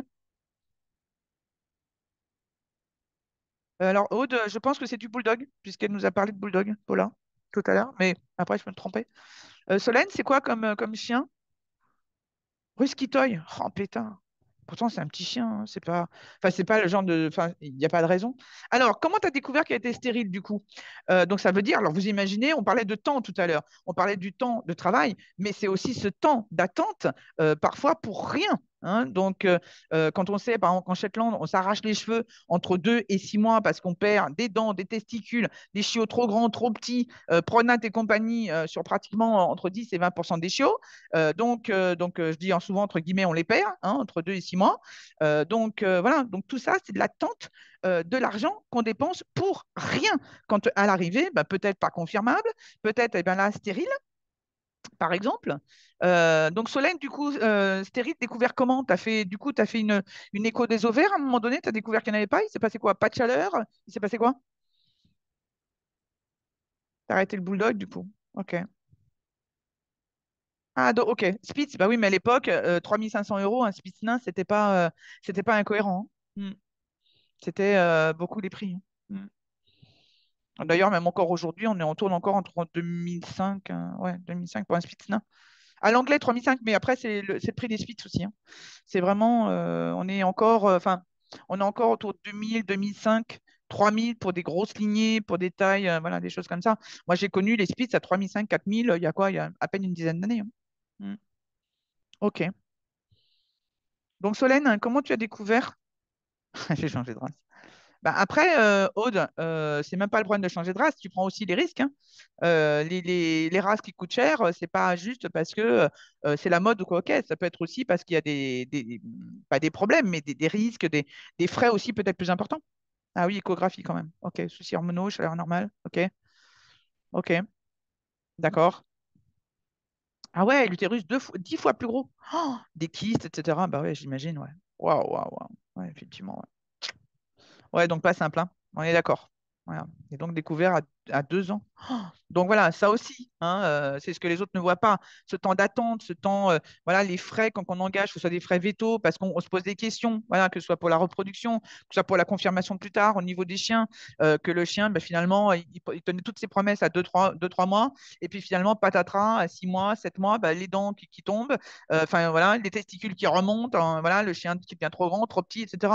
Pas confirmable. Donc voilà, donc si on veut vraiment continuer à faire du loft, eh bien, l'animal n'est pas confirmable, donc pas de reproduction au loft, donc un chien qu'on va être obligé de revendre éventuellement, comment dire, peut-être moitié prix, peut-être, peu importe. Voilà. Donc tout ça, ce temps-là, c'est pas que du temps de travail, c'est du temps aussi qui peut être perdu, hein, de justement d'attente, d'espoir évidemment, et de frais pour rien. Donc en fait, de tout refaire, de repartir à zéro. Moi, je connais des stagiaires donc, qui ont fait des formations chez moi et qui ont, par exemple, comment dire, qui ont démarré avec, alors surtout, je crois que c'est deux pour le chat, qui ont démarré et puis la chatte, voilà, il y avait rien, ben, problème effectivement de stérilité aussi, etc. Et voilà, obligé de repartir à zéro, stérilisation, et obligé de redémarrer, repartir à zéro. Voilà, donc évidemment, hein, très, très, très dur. Ouais. Donc des frais, évidemment, hein, voilà. OK. Alors ça, c'était pour l'achat des animaux, hein, histoire que les gens se rendent compte, hein, qu'il y a quand même que ça coûte un bras. Bon, ensuite, au niveau de la nourriture, qu'est-ce que vous dépensez, évidemment, en fonction, hein, dites-moi si pour tant d'animaux, on va dire au quotidien, hein, voilà, que ce soit des chiens, des chats, vous mettez ben, le montant à peu près à l'année, hein, de ce que vous dépensez en nourriture pour X animaux. Voilà. Allez, dites-moi dans le chat. Dites-moi dans le chat. Combien ça vous coûte à peu près à l'année? Dites-moi, dites-moi. Alors que ce soit peu importe quoi, hein, que ce soit des croquettes, que ce soit de la nourriture maison, peu importe. Dites-moi un peu, et puis on n'est pas à 100 € près, hein. Dites-moi à peu près comment dire, l'enveloppe que vous mettez, on va dire, dans la nourriture, hein, à peu près tous les ans, pour entretenir, je ne sais pas, que ce soit deux, que ce soit cinq, voilà. Après, vous pouvez mettre éventuellement, si vous avez une portée ou deux ou trois à l'année, ce que ça vous coûte à peu près en plus, éventuellement. N'hésitez pas, hein, allez-y. Dites-moi dans le chat, hein. Ok, 12 chats, 1 500 € par an à peu près. Ok, et encore parce que tu as un partenariat, donc ça veut dire que tu as un tarif éleveur, Sylvain? Hmm. Ok, très bien. Ok, donc ça c'est pas mal déjà, hein. Sachant que le chat c'est un petit animal quand même, hein. C'est pas un truc qui fait 12 kilos à l'arrivée, quoi, hein. Ok. Estelle, 2 500 € à peu près par an pour deux chiens. Ok, ok. Et ouais, c'est pas mal déjà, hein. Et oui, parce qu'en fait, tu prends de la nourriture à maison ou du barf, peu importe. Ok. Donc, on voit bien qu'il y a quand même un budget assez conséquent, hein, à compter au niveau de la nourriture, quoi. C'est pas juste comme souvent font, même si, attention, on ne met pas tout le monde dans le même sac, hein, comme souvent font bah, les particuliers. On va dire qu'ils ont souvent une partie croquette, et puis après, il y a beaucoup de croquettes souvent, et puis à côté, il y a beaucoup bah, des restes de table, des choses comme ça, hein, voilà. Donc, ils ont l'impression en fait que ça leur coûte rien, ou presque pas, mais en fait, finalement, s'ils mettaient bout à bout tout ce qu'ils donnent, bah, je pense qu'ils seraient assez surpris du budget, hein, j'imagine. Et sans compter ceux qui donnent vraiment de la super, super bouffe, qu'ils achètent directement chez le veto, au prix fort, hein, évidemment, ou au supermarché, des grosses marques. Voilà, hein. On est d'accord là-dessus. OK. N'hésitez pas, hein, à mettre vos montants, hein. Il n'y a pas de souci, hein. OK. 9 chiens, moitié gros, moitié petit, ouais, parce que tu as des petits, des grosses races, ouais. 2100 à peu près. OK. OK. D'accord. Donc, sachant que tu as des prix de temps en temps. OK. Plus les chiots, évidemment. OK. 740 pour trois chiens sans les chiots. Donc, on va dire, ça peut monter. Là, tu as quoi? Tu as du Spitz aujourd'hui, Paula? Donc, on va dire, on peut mettre un petit tiers à peu près en plus, quoi. Ouais, à peu près 200 € supplémentaires pour les chiots, j'imagine. À peu près. OK.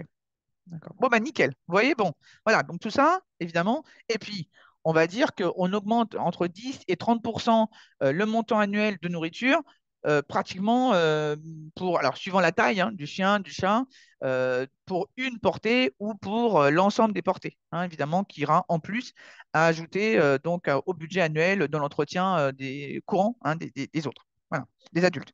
Ensuite, on a évidemment bah, les installations.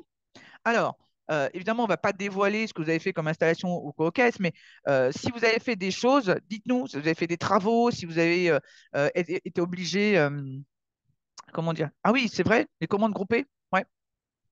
Ah oui, j'ai connu ça, moi. Les commandes groupées de viande. Ouais, ouais, j'étais inscrite sur un groupe Facebook et effectivement, ça revenait beaucoup moins cher parce que souvent, il y avait les, comment dire, mince, les frais de port qui étaient en moins, puisque finalement, en commandant un beaucoup, eh bien, voilà, ça permettait d'avoir des prix francs de port. Ouais, ouais, tout à fait. Tout à fait. OK. Donc, alors, dites-moi si vous avez fait des installations, combien ça vous a coûté? Voilà, justement. Que ce soit carrément monter des bâtiments, que ce soit, comment dire, je ne sais pas, faire des aménagements assez importants ou pas. Voilà, je ne sais pas. Est-ce que vous êtes arrivé, peut-être que quand vous êtes installé, vous êtes arrivé, il y avait déjà des structures, voilà, peut-être. Voilà. Peut-être que vous n'avez rien eu à faire. Ok, transformation engin. Ouais, 3 000 € quand même. Eh ouais. Donc, il y avait déjà quand même un garage, construction d'une véranda. Ok. Donc, en fait, tu as eu quand même, on va dire, le gros œuvre qui était là. Donc, ça, c'est bien. Ok. Ça peut être sympa, ça aussi, hein. Effectivement. Ok. N'hésitez pas, hein. Moi, je sais, par exemple, alors là aussi, moi, j'ai refait des installations à l'époque et je parle de parc plein air. D'accord? Donc, j'avais fait des parcs de 36 mètres carrés chacun, donc 9 mètres sur 4, et j'en avais fait 5 d'affilée, hein, en randonnion, l'un à côté de l'autre. Ça m'avait coûté, entre les parpaings, le grillage, la dalle de béton, comment dire, on appelle ça, les canalisations, 7 000 €. Voilà. 15 jours de boulot, 7 000 € à l'époque. Voilà. On parle de ça en 2005-2006, hein. Voilà, avec des maçons qui étaient venus. Voilà, j'ai pratiquement pas acheté de matériel. Enfin, voilà, c'était vraiment des parcs plein air. J'avais acheté des grosses niches, par contre, à l'époque, des grosses niches igloos, hein, vous savez, c'est des niches un peu en rond, là, voilà, qui ressemblent à des igloos, des esquimaux. Voilà. 200 € la niche. J'en avais acheté trois à l'époque, j'avais une dizaine de chiens, donc ça suffisait largement. Voilà. Donc, ouais, 3 000 €, voilà, hein. Attention, encore une fois, quand il y a des grosses installations à faire, il faut compter entre 50 et 200 000 €, hein. La fourchette est grande, hein, parce qu'évidemment, ça dépend le nombre de chenilles ou que ce soit une chatterie ou des chenilles, hein, peu importe. Voilà, puisque n'oubliez pas à partir d'un certain nombre, les installations sont obligatoires dehors, hein, donc c'est-à-dire en dehors d'une habitation, hein, voilà. Donc, ça peut coûter très, très, très cher. Voilà. N'hésitez pas, hein, je dis, il n'y a pas de honte à avoir, hein, d'accord? Bon. Ensuite, eh bien, tout ce qui est veto, ça, vous devez le savoir, hein. Vous devez savoir à peu près qu'est-ce que vous avez comme budget à l'année au niveau veto. Oui, en plus, Sylvain, tu as fait les choses toi-même. Donc, on imagine bien que tu avais fait appel à des artisans. Ouais, on aurait compté au moins la moitié en plus, quoi. Au moins. Mm. Si ce n'est le double, quoi. Mm. OK. Donc, alors, au niveau des frais veto, dites-moi, quelle est la fourchette, enfin, quelle est à peu près l'enveloppe que vous avez à l'année, donc pour vos frais veto. Mettez-moi la race en même temps, qu'on puisse, voilà, que les gens puissent avoir une idée. Jamais osé faire le calcul pour le veto? Ah oui, avec si tu avais des artisans? Oui, bien sûr, j'imagine. Ok. Vaut mieux pas, hein. Vaut mieux pas. Alors, niveau veto, dites-moi, à l'année à peu près, ce que ça vous coûte? Là, porter ou pas porter, hein, peu importe. Voilà. Dites-moi, à peu près. Moi, je sais que le veto ne me coûtait pas grand-chose, à part les puces et les vaccins, parce que finalement, j'avais des chiens qui étaient assez solides en santé, il faut dire ce qui est. Le seul truc que j'avais vraiment souvent, et la veto d'ailleurs, comment dire, quand elle venait, parce que moi j'avais une veto mobile, donc elle venait à la maison, donc c'était top ça. Eh bien, c'était les épillets. Vous savez, les épis de blé, là, vous savez, qui se foutent dans les oreilles. Ça, c'était, parce que j'habitais dans le Var à l'époque, et ça, c'était une catastrophe, quoi. Ils épillaient des soins à n'en plus finir. Voilà. Mais sinon, c'est vrai que bon, voilà, j'ai jamais eu d'accident avec mes chiens, sauf une fois. Ouais, ouais, sauf une fois, mais ça m'a pas coûté très cher. Pas de gros frais de santé, très peu de césariennes, euh, très très peu moi je faisais très très peu d'échographie, très très peu de radio aussi. Donc voilà, encore une fois, une race, donc c'était berger Shetland, donc encore une fois, une race qui pose pas beaucoup de problèmes en tant que telle. Voilà. Allez, dites-moi, osez, allez.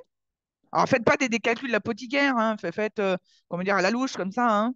Voilà, vous calculez à peu près ce que vous avez comme frais. Et voilà, déjà, vous calculez par portée. Vous avez tant de chiots au chaton, donc vous avez compté à peu près 100 euros par tête au niveau plus vaccin. Voilà, plus vaccin vermifuge éventuellement. Voilà. À peu près 1000 euros à l'année, Sylvain, pour, t'as combien de chats? Tu m'avais dit une douzaine de chats, c'est ça? Je me souviens plus. J'ai pas vu. Ah oui, 12 chats. Ouais, c'est ça. Ok, très bien. Donc 1000 euros de frais veto. Donc ça veut dire que tu n'as pas tant de frais de veto que ça finalement. Tu n'as peut-être pas beaucoup de portée non plus aussi. Ça me paraît peu, hein. Donc c'est du chat, dans mon souvenir, je sais plus ce que c'était, du Bengale? Je me souviens plus. Parce que Sylvain a fait une formation avec moi. Alors, ne jamais avoir trop calculé. Ah ouais, eh ben ça c'est un tort. Tac, tac, tac, tac, tac. Ok, 2000 euros, ok, par an. Ok. Dernière portée, 1000 euros. À elle toute seule. On est d'accord. Hmm. Bon, en tout cas, on sait déjà qu'il faut compter à peu près 100 euros par tête chez Au-Chaton, hein, pour les puces vaccins vermifuges. Bon, après, une césarienne, par exemple, après, c'est pareil, hein, grosse fourchette. Moi, je sais que dans le Var, ça va coûter 250 euros, quoi.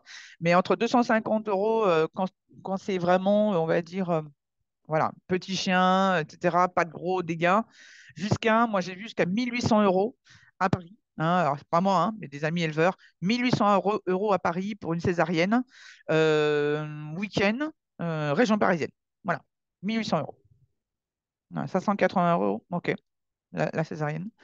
Après, les radios aussi. Alors oui, effectivement, Sylvain, tu as raison de le mentionner, on peut avoir un tarif éleveur, mais bon, c'est quoi? C'est 20-30%, hein, quand vous avez des frais à répétition. Bon, ok. Mm. Bon, en tout cas, on compte entre 200 et 1000, 1500 euros, on va dire une césarienne, hein, quand ça arrive. On peut compter à peu près 100 euros par tête de puces, vaccins, vermifuges, chaque fois qu'on a des chiots ou des chatons, hein, voilà. Ensuite, on a tout ce qui est aléa. On peut compter à peu près entre 500 et 1000 euros, hein, à l'année, suivant ce qui peut arriver, des accidents, des maladies, voilà, n'importe quoi. Voilà. Et puis, quelque chose, c'est vrai, auquel on ne pense pas, hein, que je viens d'y penser, eh bien, c'est les retours. Quand vous avez des chiots, des chatons qui reviennent à l'élevage, qu'il faut refaire des soins, qu'il faut refaire les vaccins, qu'il faut peut-être, voilà, j'en sais rien, peut-être qui arrivent en mauvais état, etc. Tout ça aussi, ça coûte de l'argent. Et pour souvent, le redonner derrière, très souvent. Donc, ne même pas le revendre. Ça aussi. Bon, ben, c'est bien. Cool. OK. Ensuite, on a, bah, tout ce qui est effectivement matériel. Bon, ça après, je vais pas vous demander de fourchette parce que là, ça varie énormément. Mais par contre, bah, tiens, quand vous achetez du matos, vous achetez par exemple un panier, vous achetez déjà, bah, tiens, où est-ce que vous fournissez? Tiens, bonne question. Où est-ce que vous fournissez quand vous achetez des accessoires? Est-ce que vous pouvez donner des bons plans? Très bonne question. Alors, des mutuelles pour les pros. Alors ça, c'est un projet. Je suis en pourparlers avec une société qui est en train de cogiter pour proposer une assurance et une mutuelle, donc pour les pros, donc surtout pour les éleveurs, parce que c'est là que le bas blesse. Voilà, donc c'est en pourparlers. C'est pour ça d'ailleurs j'avais posé la question, j'avais mis un sondage sur mon groupe amical des éleveurs et professionnels canins et félins l'autre jour. Et bon, il y a eu quelques réponses, mais il y a eu beaucoup comment est-ce qu'on appelle ça? De défiance, hein, on va dire ça comme ça, parce que évidemment, ben, on le sait, hein, les assurances et les mutuelles, c'est toujours là quand on a besoin, donc on n'a pas besoin d'eux, hein, très souvent. Alors que là, ce qu'on cogite en fait, c'est tout ce qui peut être justement ce qui n'est pas remboursé donc par les mutuelles et les assurances. Il faut savoir que tout ce qui est génétique, congénital, héréditaire n'est pas remboursé donc par les assurances et les mutuelles. Donc déjà, on cogite là-dessus. Après, il y a tout ce qui est franchise. Après, il y a tout ce qui arrive dans la vie d'un éleveur. Donc, on parlait des césariennes, on parlait de toutes ces choses-là. Eh bien, une mutuelle, elle est là. C'est pour ça qu'il faut faire la différence, hein, entre l'assurance et la mutuelle. Eh bien, de voir ce qui pourrait être remboursé de façon générique, c'est-à-dire de façon habituelle, et de l'autre, eh bien, tout ce qui pourrait être accidentel. Voilà. Et dans ce cas-là, pourquoi pas voir pour un forfait à l'année. Voilà. Bon, voilà. En tout cas, ça se cogite. Donc, n'hésitez pas à revenir vers moi si vous avez des idées, si vous avez des envies, si vous avez pensé à des choses qui ne sont pas remboursées, que vous voudrez bien qu'elles soient remboursées, etc. Voilà. Alors, Aude, tu nous racontes qu'il y a un chien d'un an et demi qui est revenu, effectivement. D'accord. Tu viens de le faire confirmer. Ok, tu viens de faire une expo pour savoir ce qu'il en est. Moi, je te conseille, après, c'est que moi, si tu ne veux pas le garder, eh bien, une fois que tu auras fait un petit peu d'expo avec, vends-le comme chien d'expo. Et dans ce cas-là, cocotte, c'est pas juste comme un chien confirmable ou un chien ou un chiot, hein. C'est le double, voire le prix, voire le triple hein, du prix. Je te le dis comme ça. Ok? Ça marche? Voilà. En tout cas, s'il en vaut la peine, hein. Ok? Ah oui, ok. Donc pour 12 de chats, en fait, on n'a que très très peu qui reproduisent. C'est peut-être ça aussi. Ok, Sylvain. Ok, très bien. Aurélie, tout ce qui concerne la reproduction, pris en charge. Ouais, ok. Donc on parlait d'assurance, ok. Toi, c'est ce que tu as aujourd'hui, tout ce qui concerne la reproduction, ou c'est tout ce que tu demanderais, Aurélie? Donc par contre, je posais la question tout à l'heure, est-ce que vous avez des bons plans sur tout ce qui est accessoires, tout ce qui est matériel? Voilà. Où est-ce que vous fournissez en fait? Dites-nous. Moi, je sais qu'au tout début, j'allais beaucoup chez Shadow, voilà, qui est un catalogue de matériel en ligne. Ça a été un des tout premiers, on va dire, chez qui je suis allée. Après, bah, je me suis beaucoup fournie chez Van de Velde, que je voyais souvent en expo, hein, parce que je faisais entre une et deux expos par mois hein, à l'époque. Donc, je me fournissais beaucoup chez lui. Donc, j'arrivais souvent à l'expo, bah, il me faut ci, il me faut ça. Voilà, j'arrivais les mains dans les poches. Voilà, ok. Voilà. Et puis après, ben, il y a eu quand même, voilà, il y a eu quand même beaucoup comment dire, de boutiques en ligne hein, qui se sont montées. Mm, mm, mm. Ok, donc en fait, c'était le côté de choses que tu aimerais bien prises en charge, tout ce qui concerne la reproduction. Ok, merci Aurélie. Ok. Ah, brocante, ok, j'avais pas pensé à ça. Alors, genre quoi, tiens, bah, dis-nous, qu'est-ce que tu vas acheter là-dedans? Des accessoires, quoi? Je veux dire, qu'est-ce que tu as trouvé d'ailleurs, tiens, bah, raconte-nous, qu'est-ce que tu as trouvé là-dedans? Ça peut être intéressant. Alors, Aude, ouais, ben voilà, évidemment. Donc, ça peut être très intéressant pour ton chien, là. Si tu arrives à le monter un petit peu, moi, je le vendrais comme chien d'expo, d'ailleurs. Mm. Et pourquoi pas le faire reproduire si tu as une femelle pour lui? À la limite, si tu as une femelle pour lui, eh bien, fais-le reproduire. Et puis, en fait, alors évidemment, on ne vend jamais pour reproduction, mais tu peux le vendre comme un chien qui a déjà reproduit, qui a, bah, pourquoi pas montrer bah, les chiots, ce qu'il a produit, etc. hein. Alors après, on est sur un délai peut-être d'un an, un an et demi, hein. Ça dépend, hein. Tout dépend de tes capacités à le garder. C'est toujours le même problème, hein. Ouais. Artengo et Oscar. Ah oui, d'accord, en produit. Donc pour le chat, c'est des marques que je connais absolument pas. C'est des marques spécifiques au chat? Le Bon Coin, oui, très bien. Évidemment, oui, il y a beaucoup de gens qui vendent des choses sur le Bon Coin. Tu vois, tu vois, j'y pensais même pas. Pareil. Mm. Deuxième main, ouais, et moins cher. Complètement, Aurélie. Complètement. Alors donc Paula qui fait ses courses donc à la brocante, donc des paniers, des parcs aussi, ouais, des tours de lit, ok, des jouets pour enfants. Ok, pour les chiots, bah oui, les parcs à chiots. Moi, je dis souvent aux gens, vous cherchez des parcs à chiots, ne mettez pas de l'argent, des frics impensables là-dedans. Achetez des parcs à bébés. Il y a des, comment dire, des gens qui revendent leurs parcs à bébés sur le bon coin. De rien, ma petite Aude. Alors, Solène, toi qui débutes, construire à la maison, une caisse de mise bas. Ok, ok, très bien le bon coin. Très bien. Parfait. Hmm. Veto Store, oui, c'est vrai, je connais un peu. Amazon, oui, bien sûr, effectivement. Hmm. Ok, pour les marques de chat. Très bien. Ok, très bien. Parfait. D'ailleurs, tiens, Sylvain, toi qui dois connaître, enfin, tu connais plus le monde des chats, en tout cas dans ceux qui sont là, pour ceux qui sont manifestés, tu connais beaucoup le monde du chat d'exposition. On cherche des toiletteurs d'exposition aussi pour chats, puisque je suis en train de monter la formation sur le handling, mais ça peut être intéressant au niveau du chat pour dire, en fait, pour donner leur expérience, en fait, par rapport aux produits qu'ils utilisent.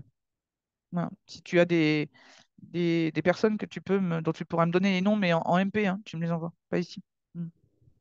Merci d'avance. Caisse de mise bain et coffre, ouais. Coffre à jouets, ouais. On perce. Ok. Aude, ok. Beaucoup de choses. Donc pour enfants, exact. Moins cher. Donc ça, c'est un bon plan, hein. Exact. Donc, tout ce qui est Le Bon Coin, les choses pour enfants aussi, tout ce qui est bah, effectivement les brocantes, hein, n'hésitez pas à aller faire les marchés, les brocantes, effectivement, hein, pour acheter des trucs. Alors, évidemment, je vais mettre à dos tous les gens, toutes les boutiques en ligne qui vendent des trucs neufs, etc. Mais évidemment, on sait très bien que tout ce qui est deuxième main, etc., on sait très bien que ça va être provisoire, bien sûr. Mais effectivement, quand on passe une mauvaise période et qu'on a quand même besoin d'acheter ce type de matériel, donc pour nos animaux, bah, ça peut faire l'affaire, hein, au moins provisoirement. Donc voilà. Donc évidemment, ouais, bah oui, je sais bien, Sylvain.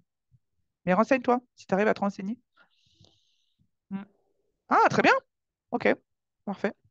Très bien pour le projet. On en parle hein, si tu veux, hein, n'hésite pas. Ok. On protège la planète en plus.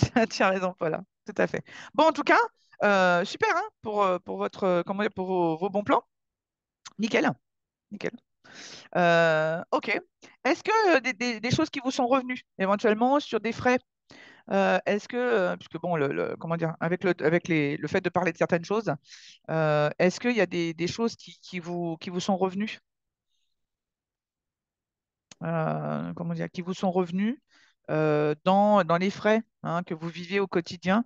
Ben, d'ailleurs, on parlait du toilettage, donc évidemment au niveau du matériel, mais aussi au niveau du prestataire, hein, du toiletteur. On est bien d'accord là-dessus. C'est pas juste du matériel, quelques brosses à acheter, etc., hein, on est d'accord. Hmm. Il y a aussi des chiens, alors plus des chiens, les chats moins, mais plus des chiens qui nécessitent. Et oui, évidemment, tout le côté administratif, pour ceux qui ont des chiens ou des chats au LOF ou au LOUF, tout ce qui est inscription. Les tests, évidemment, on en a parlé, mais tout ce qui est inscription, évidemment, donc tout le côté administratif, hein, bien sûr. Les engagements hein, d'expo, de concours de travail, les inscriptions au LOF, au LOUF, bien sûr. L'achat et l'entretien d'un véhicule, bien sûr, complètement, complètement, tout à fait.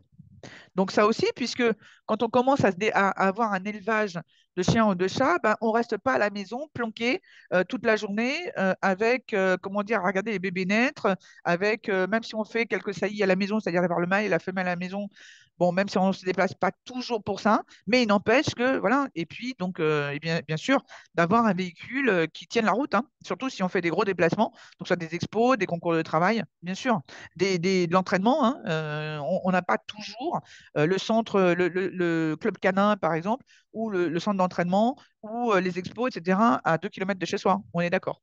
Donc, il faut un véhicule qui tienne la route. Bien sûr. Tout à fait. Complètement. Donc, oui, on n'y pensait pas, mais ça aussi, hein, c'est un gros, gros budget. Bien sûr. On est d'accord. Et on ne peut pas toujours, hein, parce que, bah, oui, oui, on a notre véhicule, par exemple, perso, qu'on utilise bah, pour aller au travail, par exemple, pour d'autres choses, hein. Et souvent, bah, ils vieillissent, le véhicule vieillit. Donc, pour aussi l'utiliser pour des gros déplacements qui sont, on va dire, qui sont liés à l'élevage, bien sûr, ça peut ne pas faire l'affaire, ou en tout cas, ça peut limiter les déplacements. Donc, il peut y avoir l'obligation, entre guillemets, d'acheter un véhicule pratiquement expressément pour ça. Ou en tout cas de profiter de renouveler l'autre véhicule pour en acheter un qui soit aussi compatible avec, comment dire, avec l'activité hein, d'élevage ou de pension ou quoi que ce soit, hein, bien sûr. Oui, assurance et aménagement aussi, bien sûr. Ça va avec, hein. On est d'accord. Mm. Tout à fait. Ok. Bon, bah super. Nickel. Est-ce que quelqu'un a des questions? Parce que c'est vrai que j'en ai pas vu. Je remonte un petit peu, mais ça me parle pas. Je lis en même temps hein, que je vous parle. Vous avez vu? Dites-moi, est-ce qu'il y a des choses qui vous viennent, des questions? Alors, normalement, on a affaire à des éleveurs, mais peut-être que vous êtes éleveur débutant. Alors, même après, au niveau du replay, n'hésitez pas à poser des questions dans, dans le chat éventuellement, ou même dans les commentaires au niveau de l'événement, hein. N'oubliez pas comment dire, n'hésitez pas à poser des questions dans la discussion hein, elle-même après coup, hein, s'il y a des choses qui vous viennent, il n'y a pas de souci, hein. Il faudra relancer des réseaux pour des achats groupés. Alors, il y a quelque chose qui existe. Alors, c'est dommage parce que c'est quelqu'un qui ne fait pas assez de publicité. Qui s'était cantonné aux chiens au départ, mais en fin d'année dernière ou en tout début de cette année, qui était prêt à s'ouvrir aux chats. D'ailleurs, c'était quelque chose un groupe Facebook que vous allez trouver sur Facebook, que vous allez trouver sur Facebook, évidemment, elle est bien bonne, je répète. Donc, en fait, ça s'appelle le Groupement des professionnels du chien. Donc, c'est GPC. Et en fait, l'idée qu'il a eue, c'est la mutualisation des moyens, justement. Donc, ça peut être aussi bien au niveau veto, aussi bien au niveau de la bouffe, au niveau des assurances, au niveau, bah, je ne sais pas moi, comment dire, du toilettage. Donc, ils sont, par exemple, ils sont en partenariat avec un gros fournisseur de matériel de toilettage qui est Groom Attitude, je crois, pour ceux qui connaissent plusieurs marques de nourriture, etc. Donc, allez-y et n'hésitez pas. Je pense que je vais refaire un live. J'avais fait un petit live avec lui. Mario Letter, il s'appelle. Il est extrêmement gentil. Il répondra à toutes vos questions. Et dans ce cas, ne pas hésiter à aller le voir, lui demander, moi je suis partenaire, voilà, moi aussi. N'hésitez pas à aller le voir, lui poser des questions pour savoir ben, les partenaires qui sont avec lui, de voir un petit peu bah, s'il y a des partenaires qui peuvent être intéressants pour vous. Voilà. Et alors, il avait mis en place un abonnement. Bon, l'abonnement n'est pas si élevé que ça. Voilà, très bien. Merci. Qui c'est qu'à Aurélie, super. Dans ce cas, bon, il avait mis en place un abonnement pour ceux qui ne sont pas partenaires, évidemment, pour justifier en fait de pouvoir bénéficier des prix des partenaires. Je pense que le montant n'est pas si élevé que ça, d'accord, à l'année. Et vous pouvez bénéficier quand même de rabais qui peuvent aller de 10 voire 30%. C'est énorme, c'est énorme, d'accord? Donc, n'hésitez pas à lui demander, quoi, à vous abonner pour pouvoir bénéficier de ces tarifs. Alors après, demandez-lui, n'hésitez pas à lui demander la liste de ses partenaires. Et dans ce cas-là, bah, si vous voyez qu'il y a plusieurs partenaires, alors soit peut-être des gens auxquels vous avez peut-être déjà affaire, soit des, comment dire, des partenaires que vous découvrez qui peuvent être intéressants pour vous, soit au niveau du montant, donc comment dire, des prestats, hein, pourquoi pas, ou du montant du rabais par rapport à ce que vous avez l'habitude de dépenser, vous, comment dire, d'habitude, eh bien, n'hésitez pas à lui demander la liste et en fonction de cette liste-là, eh bien, abonnez-vous. Voilà, si ça peut vous faire gagner plusieurs centaines d'euros à l'année, pour des avantages qui sont aussi, comment dire, aussi, enfin, des avantages aussi bons, voire plus importants que ce que vous avez d'habitude, et ben pourquoi pas? N'hésitez pas, hein. Je pense que je vais refaire un live là-dessus. Je vais voir là, au mois de septembre comment il est disponible. Et ce sera justement, j'en ai fait un déjà, sur la mutualisation des moyens. Hein, donc, n'hésitez pas à venir. Hein, voilà. De toute façon, je mettrai un post là-dessus. N'hésitez pas à venir voilà, à poser des questions sur ce groupement parce que tu vois, Sylvain, c'est exactement en fait à ce à quoi tu pensais. Et si ça se trouve, eh bien, peut-être qu'il y a des partenaires qui pourraient venir et qui ne sont pas au courant que ce groupement existe et que le seul petit effort qu'on leur demande, c'est de faire ce petit rabais pour les adhérents donc au groupement et que finalement, bah, ne jamais oublier que les rabais qu'on fait, ce ne sont que des rabais, déjà, pour commencer. Et puis surtout, ce sont des rabais sur des montants qu'on n'aurait pas fait si ces gens-là n'avaient pas fait partie du groupement. Du groupement ou d'autres choses d'ailleurs, hein, mais là, on parle du groupement. D'accord? Donc, ça, c'est super important parce que finalement, en tant que prestataire, en tant que vendeur, eh bien, c'est quand même de la clientèle en plus. Alors, oui, on perd un petit peu de chiffre d'affaires, mais finalement, c'est quand même un montant qui va être 80-90% qui va être là, hein, au niveau du chiffre d'affaires, et ça peut amener d'autres clients, quoi. Donc, franchement, pensez-y. En tout cas, on en reparlera. Donc, voilà. Bon, super. Super. Bah, finalement, tu vois, Mario, la fiche révélateur, Sylvain, tu as mis le doigt dessus, finalement, tu vois, sans le savoir. Voilà. Donc, et en plus, il y a Aurélie qui a mis toutes les coordonnées.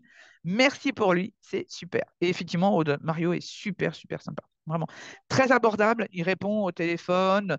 Voilà, il est éducateur canin. Et à côté de ça, il fait cette activité-là. Et il est super abordable.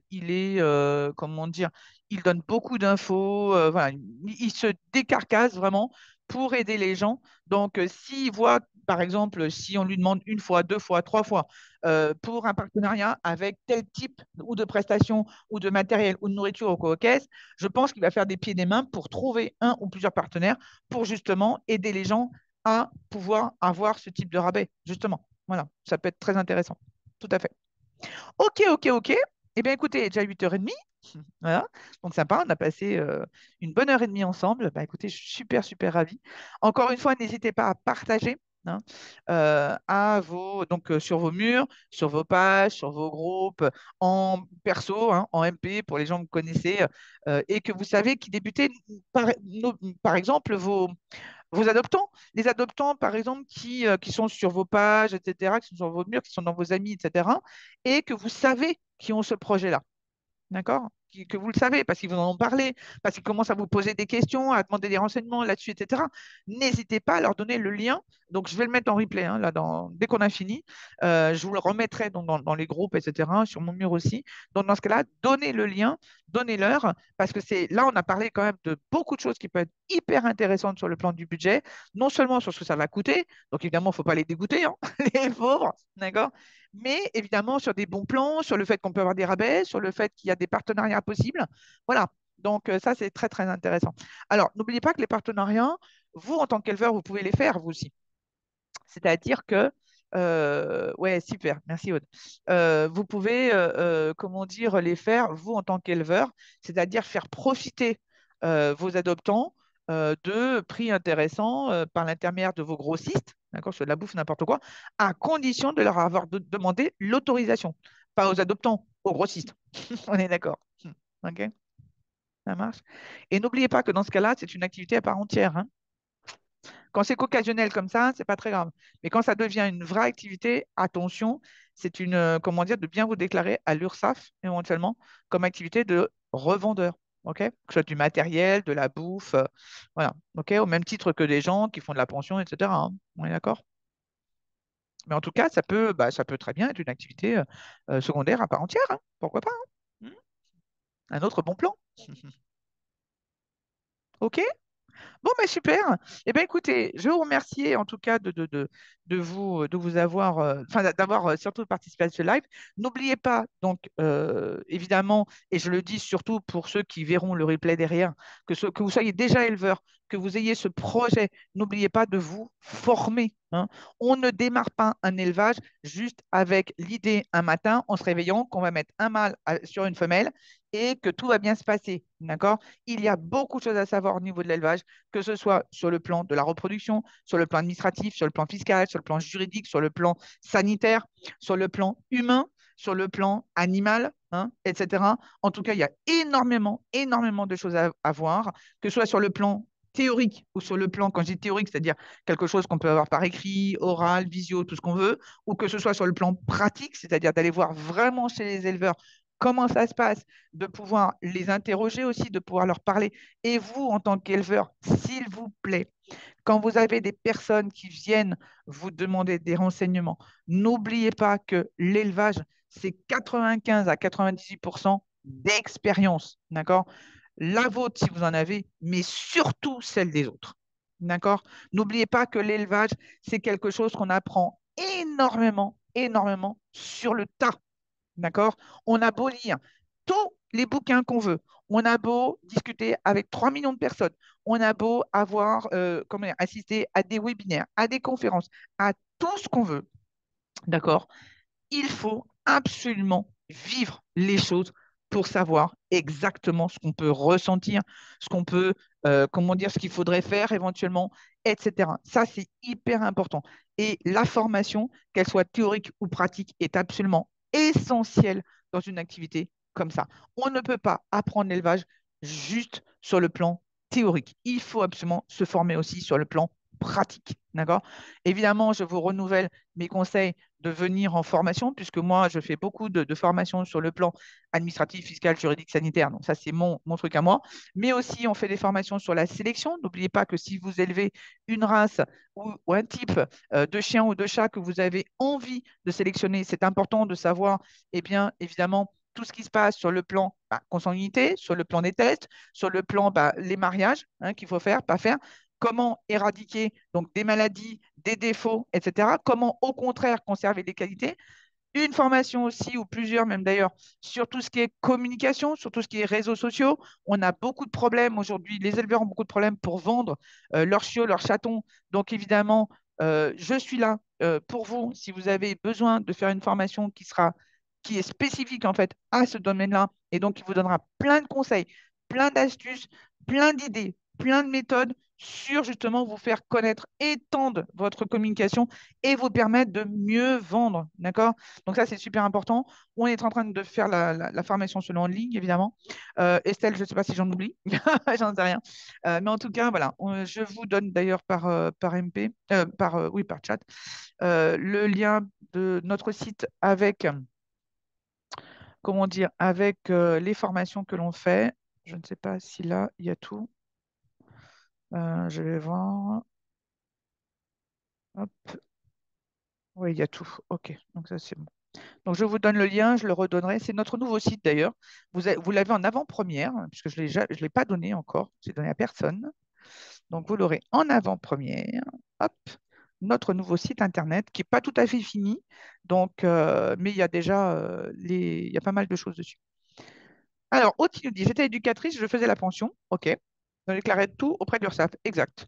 Ne pas oublier que tout ce qui est activité hors élevage, ou en tout cas, puisqu'on parle de l'élevage de chiens et de chats, mais tout ce qui est agriculture en général, donc ça peut être la culture des pommes, des radis, enfin ce que vous voulez, tout ce qui n'est pas agriculture dépend de l'URSSAF, hein. Attention à ça.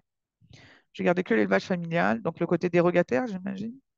Ah oui, donc que MSA. Oui, en fait, tu as les deux. Mm. OK. OK, très bien. Donc ça, très très bonne expérience. Merci pour ton témoignage, Aude. C'est très important. Super. Donc, on peut faire plusieurs activités, hein. Donc, ça, je le dis. Ah oui, pour ceux, évidemment, qui veulent faire de l'élevage au niveau du budget, n'oubliez pas qu'aussi qu'un budget, ça se compense. C'est-à-dire qu'évidemment, on ne pense pas que aux ventes de chiots, chatons, etc., ou aux ventes de saillies aussi, hein. N'oubliez pas que ça fait partie des recettes. Mais aussi, on peut très bien avoir une activité à côté qui est dans le cadre de l'animal de compagnie aussi et qui peut vous permettre d'avoir des recettes supplémentaires et de compenser ces frais, hein. N'oubliez pas qu'effectivement, l'élevage, c'est des gros frais, hein. C'est vrai que quand on a un élevage qui est ce qu'on appelle ou sélectionneur ou alors de type familial, ou quand je dis de type familial, c'est-à-dire de l'ambiance, etc., hein. On est éleveur, on ne l'est pas hein, aujourd'hui sur le plan légal, mais en tout cas, en ambiance familiale, voilà, voilà, qu'on n'a pas beaucoup de chiens ou de chats, qu'on y fait vraiment attention, etc. Mais en tout cas, n'oubliez pas que vous pouvez, donc évidemment, ça coûte beaucoup, beaucoup d'argent, et en tout cas, le fait de faire une activité à côté, qu'elle soit indépendante ou salariée, qu'elle ait un lien avec les animaux ou pas, peut vous permettre en fait de compenser une partie de ces frais et donc d'équilibrer hein, votre budget, bien sûr. OK. Pour la vente des chiots qui commencent à être grands, je pense te contacter si tu as une formation. Bien sûr, évidemment, complètement. Bah, ça fait partie de la communication, Aude. Donc, ça fait partie de la formation que je fais sur les réseaux sociaux, puisque évidemment, au niveau de l'élevage, on sait que tout ce qui est chien, chat, on est beaucoup, beaucoup, beaucoup sur les réseaux sociaux. Mais après, effectivement, on a la formation qui est la formation stratégie commerciale et de communication, qui justement étend sur les autres supports hein, de communication, des sites internet, une chaîne YouTube, etc et qui ne sont pas assez utilisés, qui permettent justement de communiquer, hein. Ça peut être très intéressant. Tout à fait. Ok, ok. Eh bien, écoutez, merci, merci, merci encore. Je suis super contente de votre participation. C'était super. Oui, bien sûr, tu me contactes quand tu veux. Il n'y a absolument aucun problème.